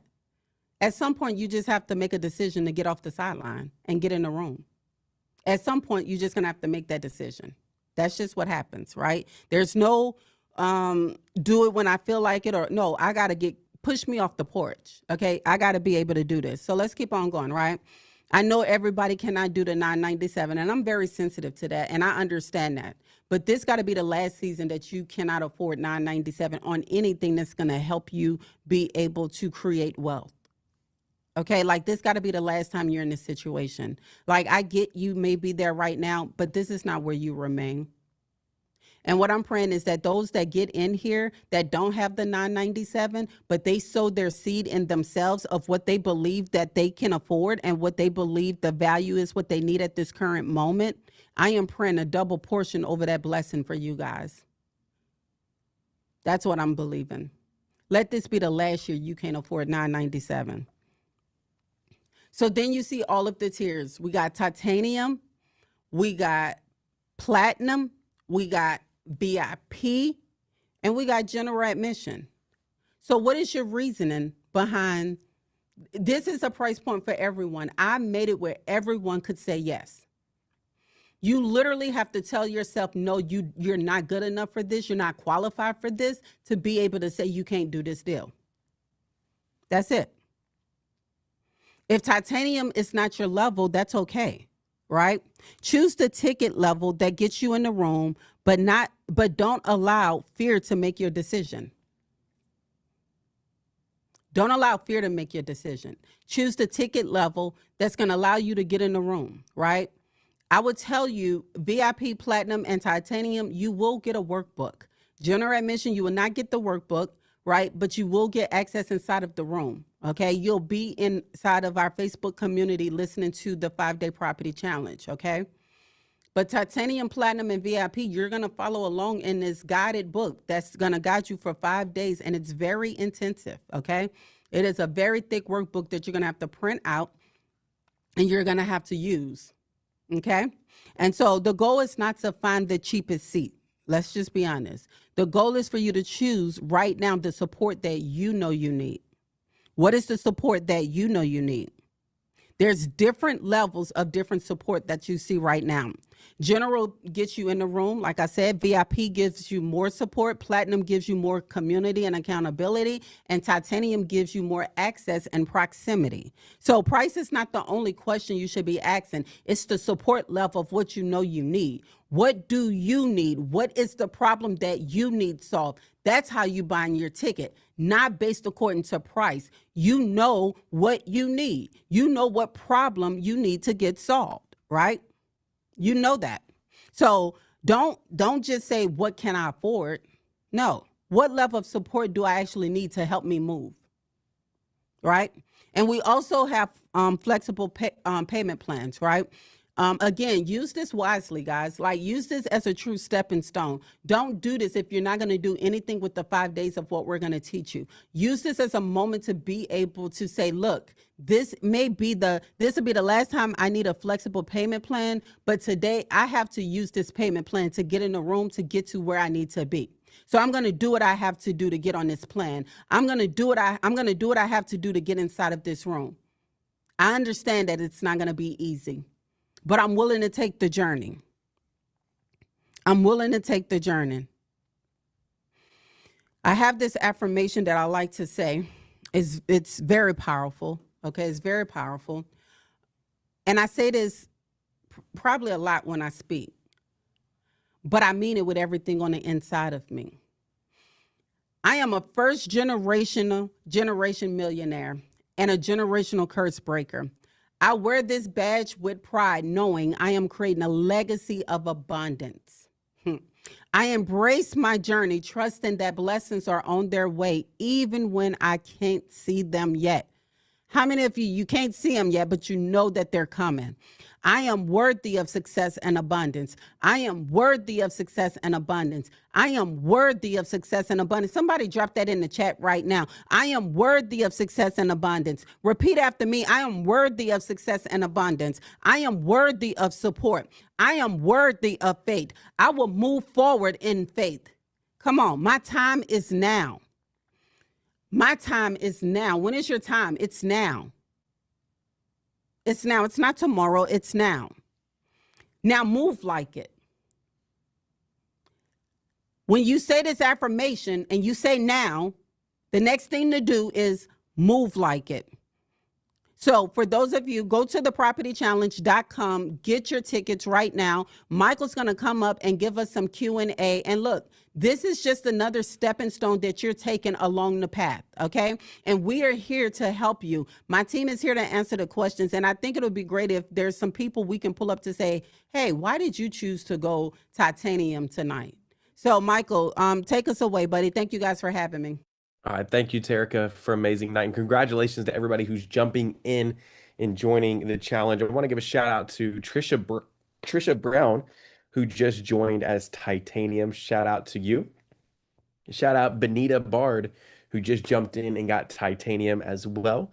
I see we had several other people grab tickets. Sherry McKinney, Samaya, I see you. Alicia Jefferson, Dominique.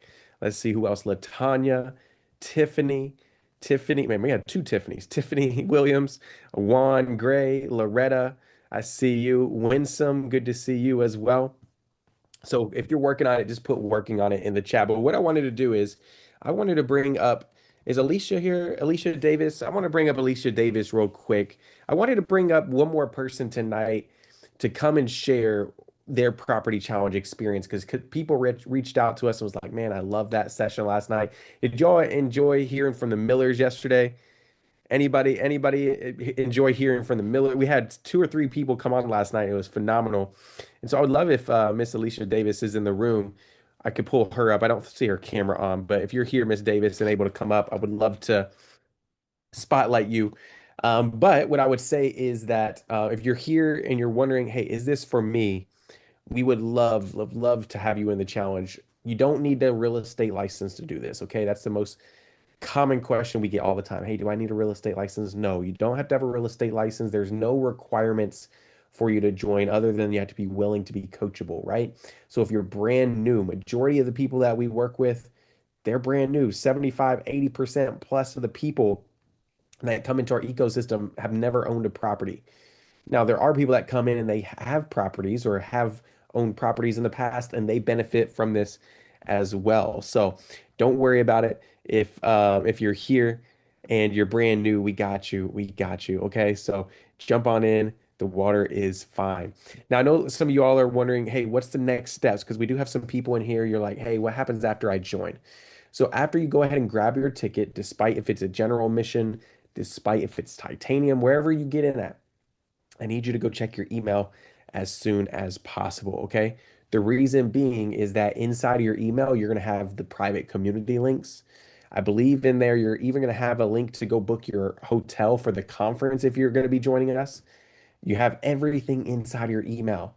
So we're going to deliver it straight to your inbox. Check your spam, check your junk folder, and then you can go and start engaging in the group and start booking your travel and getting ready for the in-person event along with the virtual event. Remember, you get 2 events, the virtual event, the 5-day virtual that you can watch from home with your family. But then on top of that, you have the conference coming up at the end of July. Okay. Yes, Benita, I saw your message. You said, I'm congratulations. Excited to have you. Shout out to Dale Mason, who just jumped in at Titanium. Congratulations, Dale. Everybody put congrats in the chat for Dale jumping in. But we do have buy now, pay later options. Some of you all were asking about that. Some of the new members were asking about that. So if you go to thepropertychallenge.com,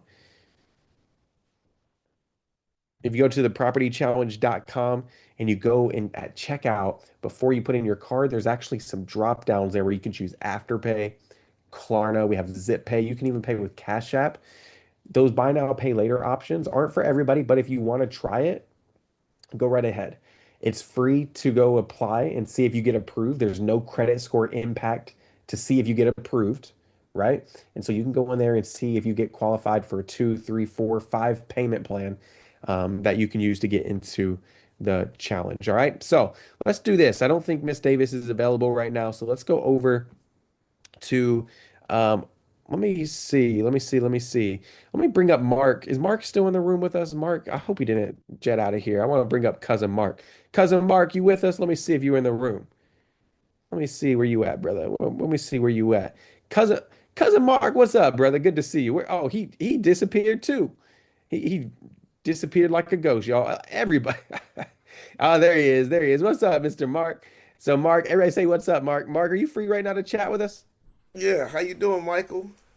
Good man, good to see you. Good to see you. So, y'all, this is my twin. If you can't tell, we're both Tuckers. So, but Right, Mark, right. no, I believe you just went through the February challenge, right? Yes, I did. I love it. Everybody, I love bringing people that just come through the challenges because we do this twice a year. I want to remind you all that we only do it twice a year. So the next one of these won't be till 2027. But Mark just went through our February challenge. So, Mark, I would love for you to share with everybody, your experience going through that challenge. And you're still attending events like this, which is phenomenal to see. But kind of share everybody, like, what did the property challenge do for you? Because I think you even came to Lafayette, right? You joined us Yes, I Titanium. did. I came to Lafayette. Actually, the property challenge, for me, it definitely changed my mindset. I see it as like training for boot camp or training as a boxer.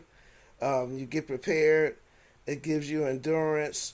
Of course, you're networking and learning things. And so for me, the property challenge definitely was a challenge, but it also was something to just help me dwell in and focus on learning real estate principles, real estate investing, and also just creating and learning with the community. So that was one of the I benefits of love it. the property challenge for me.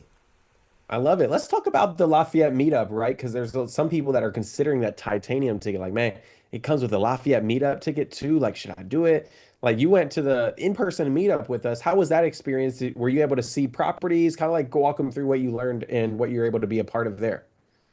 Yes, I went to the Lafayette meetup. Actually, went a couple of times, and the last time I went, we saw at least three different properties that the team owns. And I mean, man, it's very eye opening.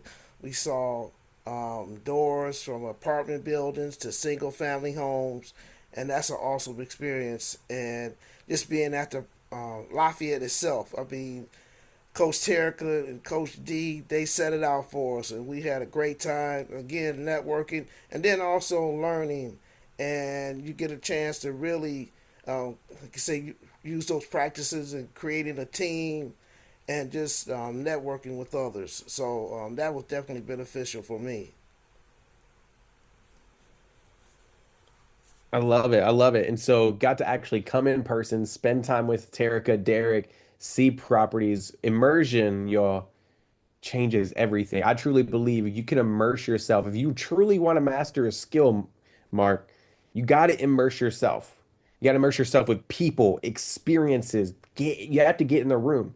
So I'm glad that you did, man. But what would be one, because you went through all these events and you went to Lafayette multiple times. What would you tell to people that are here? They're thinking about getting that titanium ticket or that platinum, whatever. They're just thinking they're like, man, Mark, this sounds too good to be true, man. Like, is this really what they're making it out to be? What would you be your word of advice for them and your word of encouragement for them?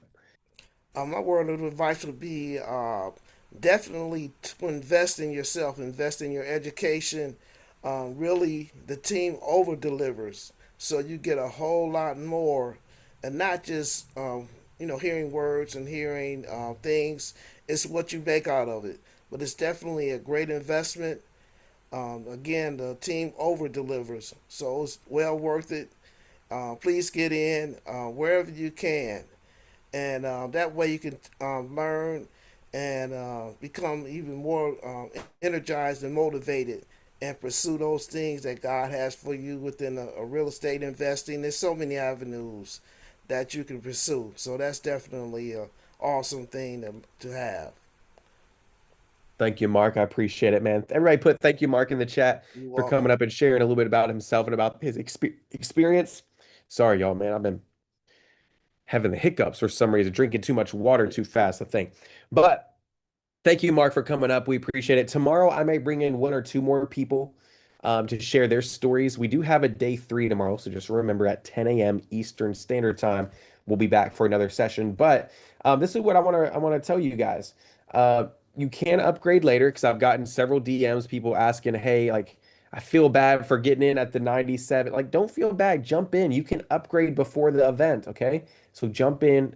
Get in where you can right now. I think what matters most is you getting in the room, like I said, getting that immersion that you need, right? Getting that immersion. to actually learn this information and start building a skill.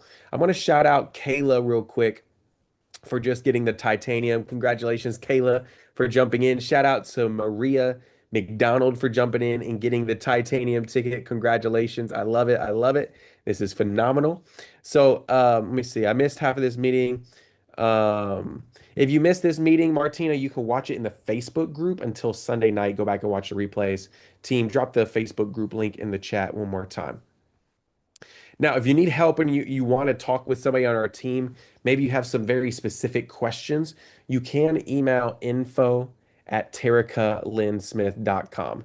So if you've been receiving emails from us or texts from us, just reply back and our team will get with you and help answer any inquiries you have. So info@tericalinsmith.com if you have questions that you need answered. But listen, some of you are asking like, Michael, what kind of real estate am I going to learn, right? Is this just about buy and hold, or just about, what is this about? So inside of the challenge, we're going to show you, number one, how to go ahead and take control of your finances, how to come up with an actual game plan to win back some cash flow. From there, we're also going to help you identify your financial goals. What goals do you want to hit? And then based upon those goals, we're going to I show you real estate game plans and real estate strategies. So we teach wholesaling, we teach flipping, we teach and rentals. We teach all kinds of different investing in the challenge, but it all boils down to your goal, right? Your goal. Do you want to be an active investor, a passive investor? Like, what does that look like? So just know during the challenge, we help you identify your financial freedom numbers, your goal that you want to hit, and then we put you on a path there. All right. So just know that it's not, because I saw some of you asking, hey, like, are we just learning one thing? No, you're going to learn multiple things, but we're going to help you identify how to tailor it to you. Terica, I believe you're the real deal. Miss Jefferson says, yes, coach. Listen, I've been with Terica. This is going to be our, I think, 10th team. Is this our 10th challenge? Isn't that crazy? Is this our 10th one? Listen, y'all, we've been doing it so much and people love it so much. I believe this is our 10th time. The team can correct me if I'm wrong, but I'm pretty positive this is the 10th one. What does that mean? That means that people are demanding we keep coming back. That's how good it is, right? They're like, man, this is good. I'm not going to, don't stop doing these. And so what we're going to be doing, Miss Jefferson says, I'm getting titanium. Congratulations ahead of time. Let us know when you jump in. But what I like to say is that I've seen Terica go through all these phases, all 9 of the challenges we've done so far. And each time she sits down with our team and says, hey, how can we make this better? How can we make the content more effective? How can we make the communications better? How can we make the speakers better? And so I'm excited for you all, because you're not coming in at challenge number 2, number 3. You're coming at number 10. You're the most optimized version of our events. So look at it as a positive. Look at it as a positive. You're jumping in at the most optimized version of this event. So congratulations for those of you all that are jumping in. But you know where to go. It's thepropertychallenge.com. I'm not going to keep you all night, because I can sit here and answer questions and questions and questions. But if you need help, email our team. We would love to help you. Or text our team. You can text us. Just if you've been receiving text notifications, just reply back and our team will respond to you as soon as they can. All right. So with that being said, yeah, this is an anniversary, Dale says. Yes, and Dale, you're titanium. So Miss Davis says it gets gooder and gooder. Yes, it does. So with that being said, we are going to wrap up day number 2. We'll be back tomorrow for the final session, the finale. We have a guest speaker or 2 tomorrow. We're going live at 10 a.m. Eastern Standard Time. So be in the room for that. We're going to text and email you the link. We'll also be streaming on YouTube. So if you're watching on your YouTube and you're like, how am I going to get in? You can watch on YouTube tomorrow as well. And we'll be in the room to give you one last dose of motivation, inspiration, and information that you need to win with real estate. All right. So team, let's go ahead and cue up the last video, and we'll see you all tomorrow morning. Thanks, guys. We'll see you soon. Hey, stop the scrolling right now. Have you heard the news? You could be walking out of PC Live 2026 with an investment property. That's right. One lucky individual will be walking out of PC Live 2026 with an investment property. My name is Terica Lynn Smith, and I started with one property. $5,000 my tax return. I had no handouts. The banks didn't give me any loans. I had to do this from scratch. I know how hard it can be to get started in real estate investing and not have all the tools that you need. PC Live is not like no other conference. Everybody this year at PC Live is leaving with something. It's either a deal, a door, or direction. My one property changed my life. It took me from being homeless up under a bridge as a teenage mom to a kingdom-made millionaire. So if that is you, if you're in a bind right now, you feel like you're stuck right now, you feel like you're in a box right now, and when you start talking about wealth, people start looking at you crazy. My God, I never want to be in a room where you're not. Jesus. This is the time for you to get up and leave that environment and go to a place where people are having conversations about goals, conversations about God, and conversations about growth. This year in 2026, we are focusing and being very intentional about the people that's going to be in this room. This year, we're doing it even bigger. We're not just giving away a property. I am looking for my next business partner. I am looking for someone who has a real estate deal and they need capital. Sign up for the Property Challenge Live Conference. Every ticket tier includes a ticket to be able to enter the drawing for the house giveaway. Of course, there's conferences all around the world that you can attend, but this conference is making sure that every single attendee leaves with something. Either way, I want to see you in the room. PC Live 2026 starts July 30th to August 2nd. Can't wait to see you. Let's go. Additional terms and conditions apply. Results are not guaranteed.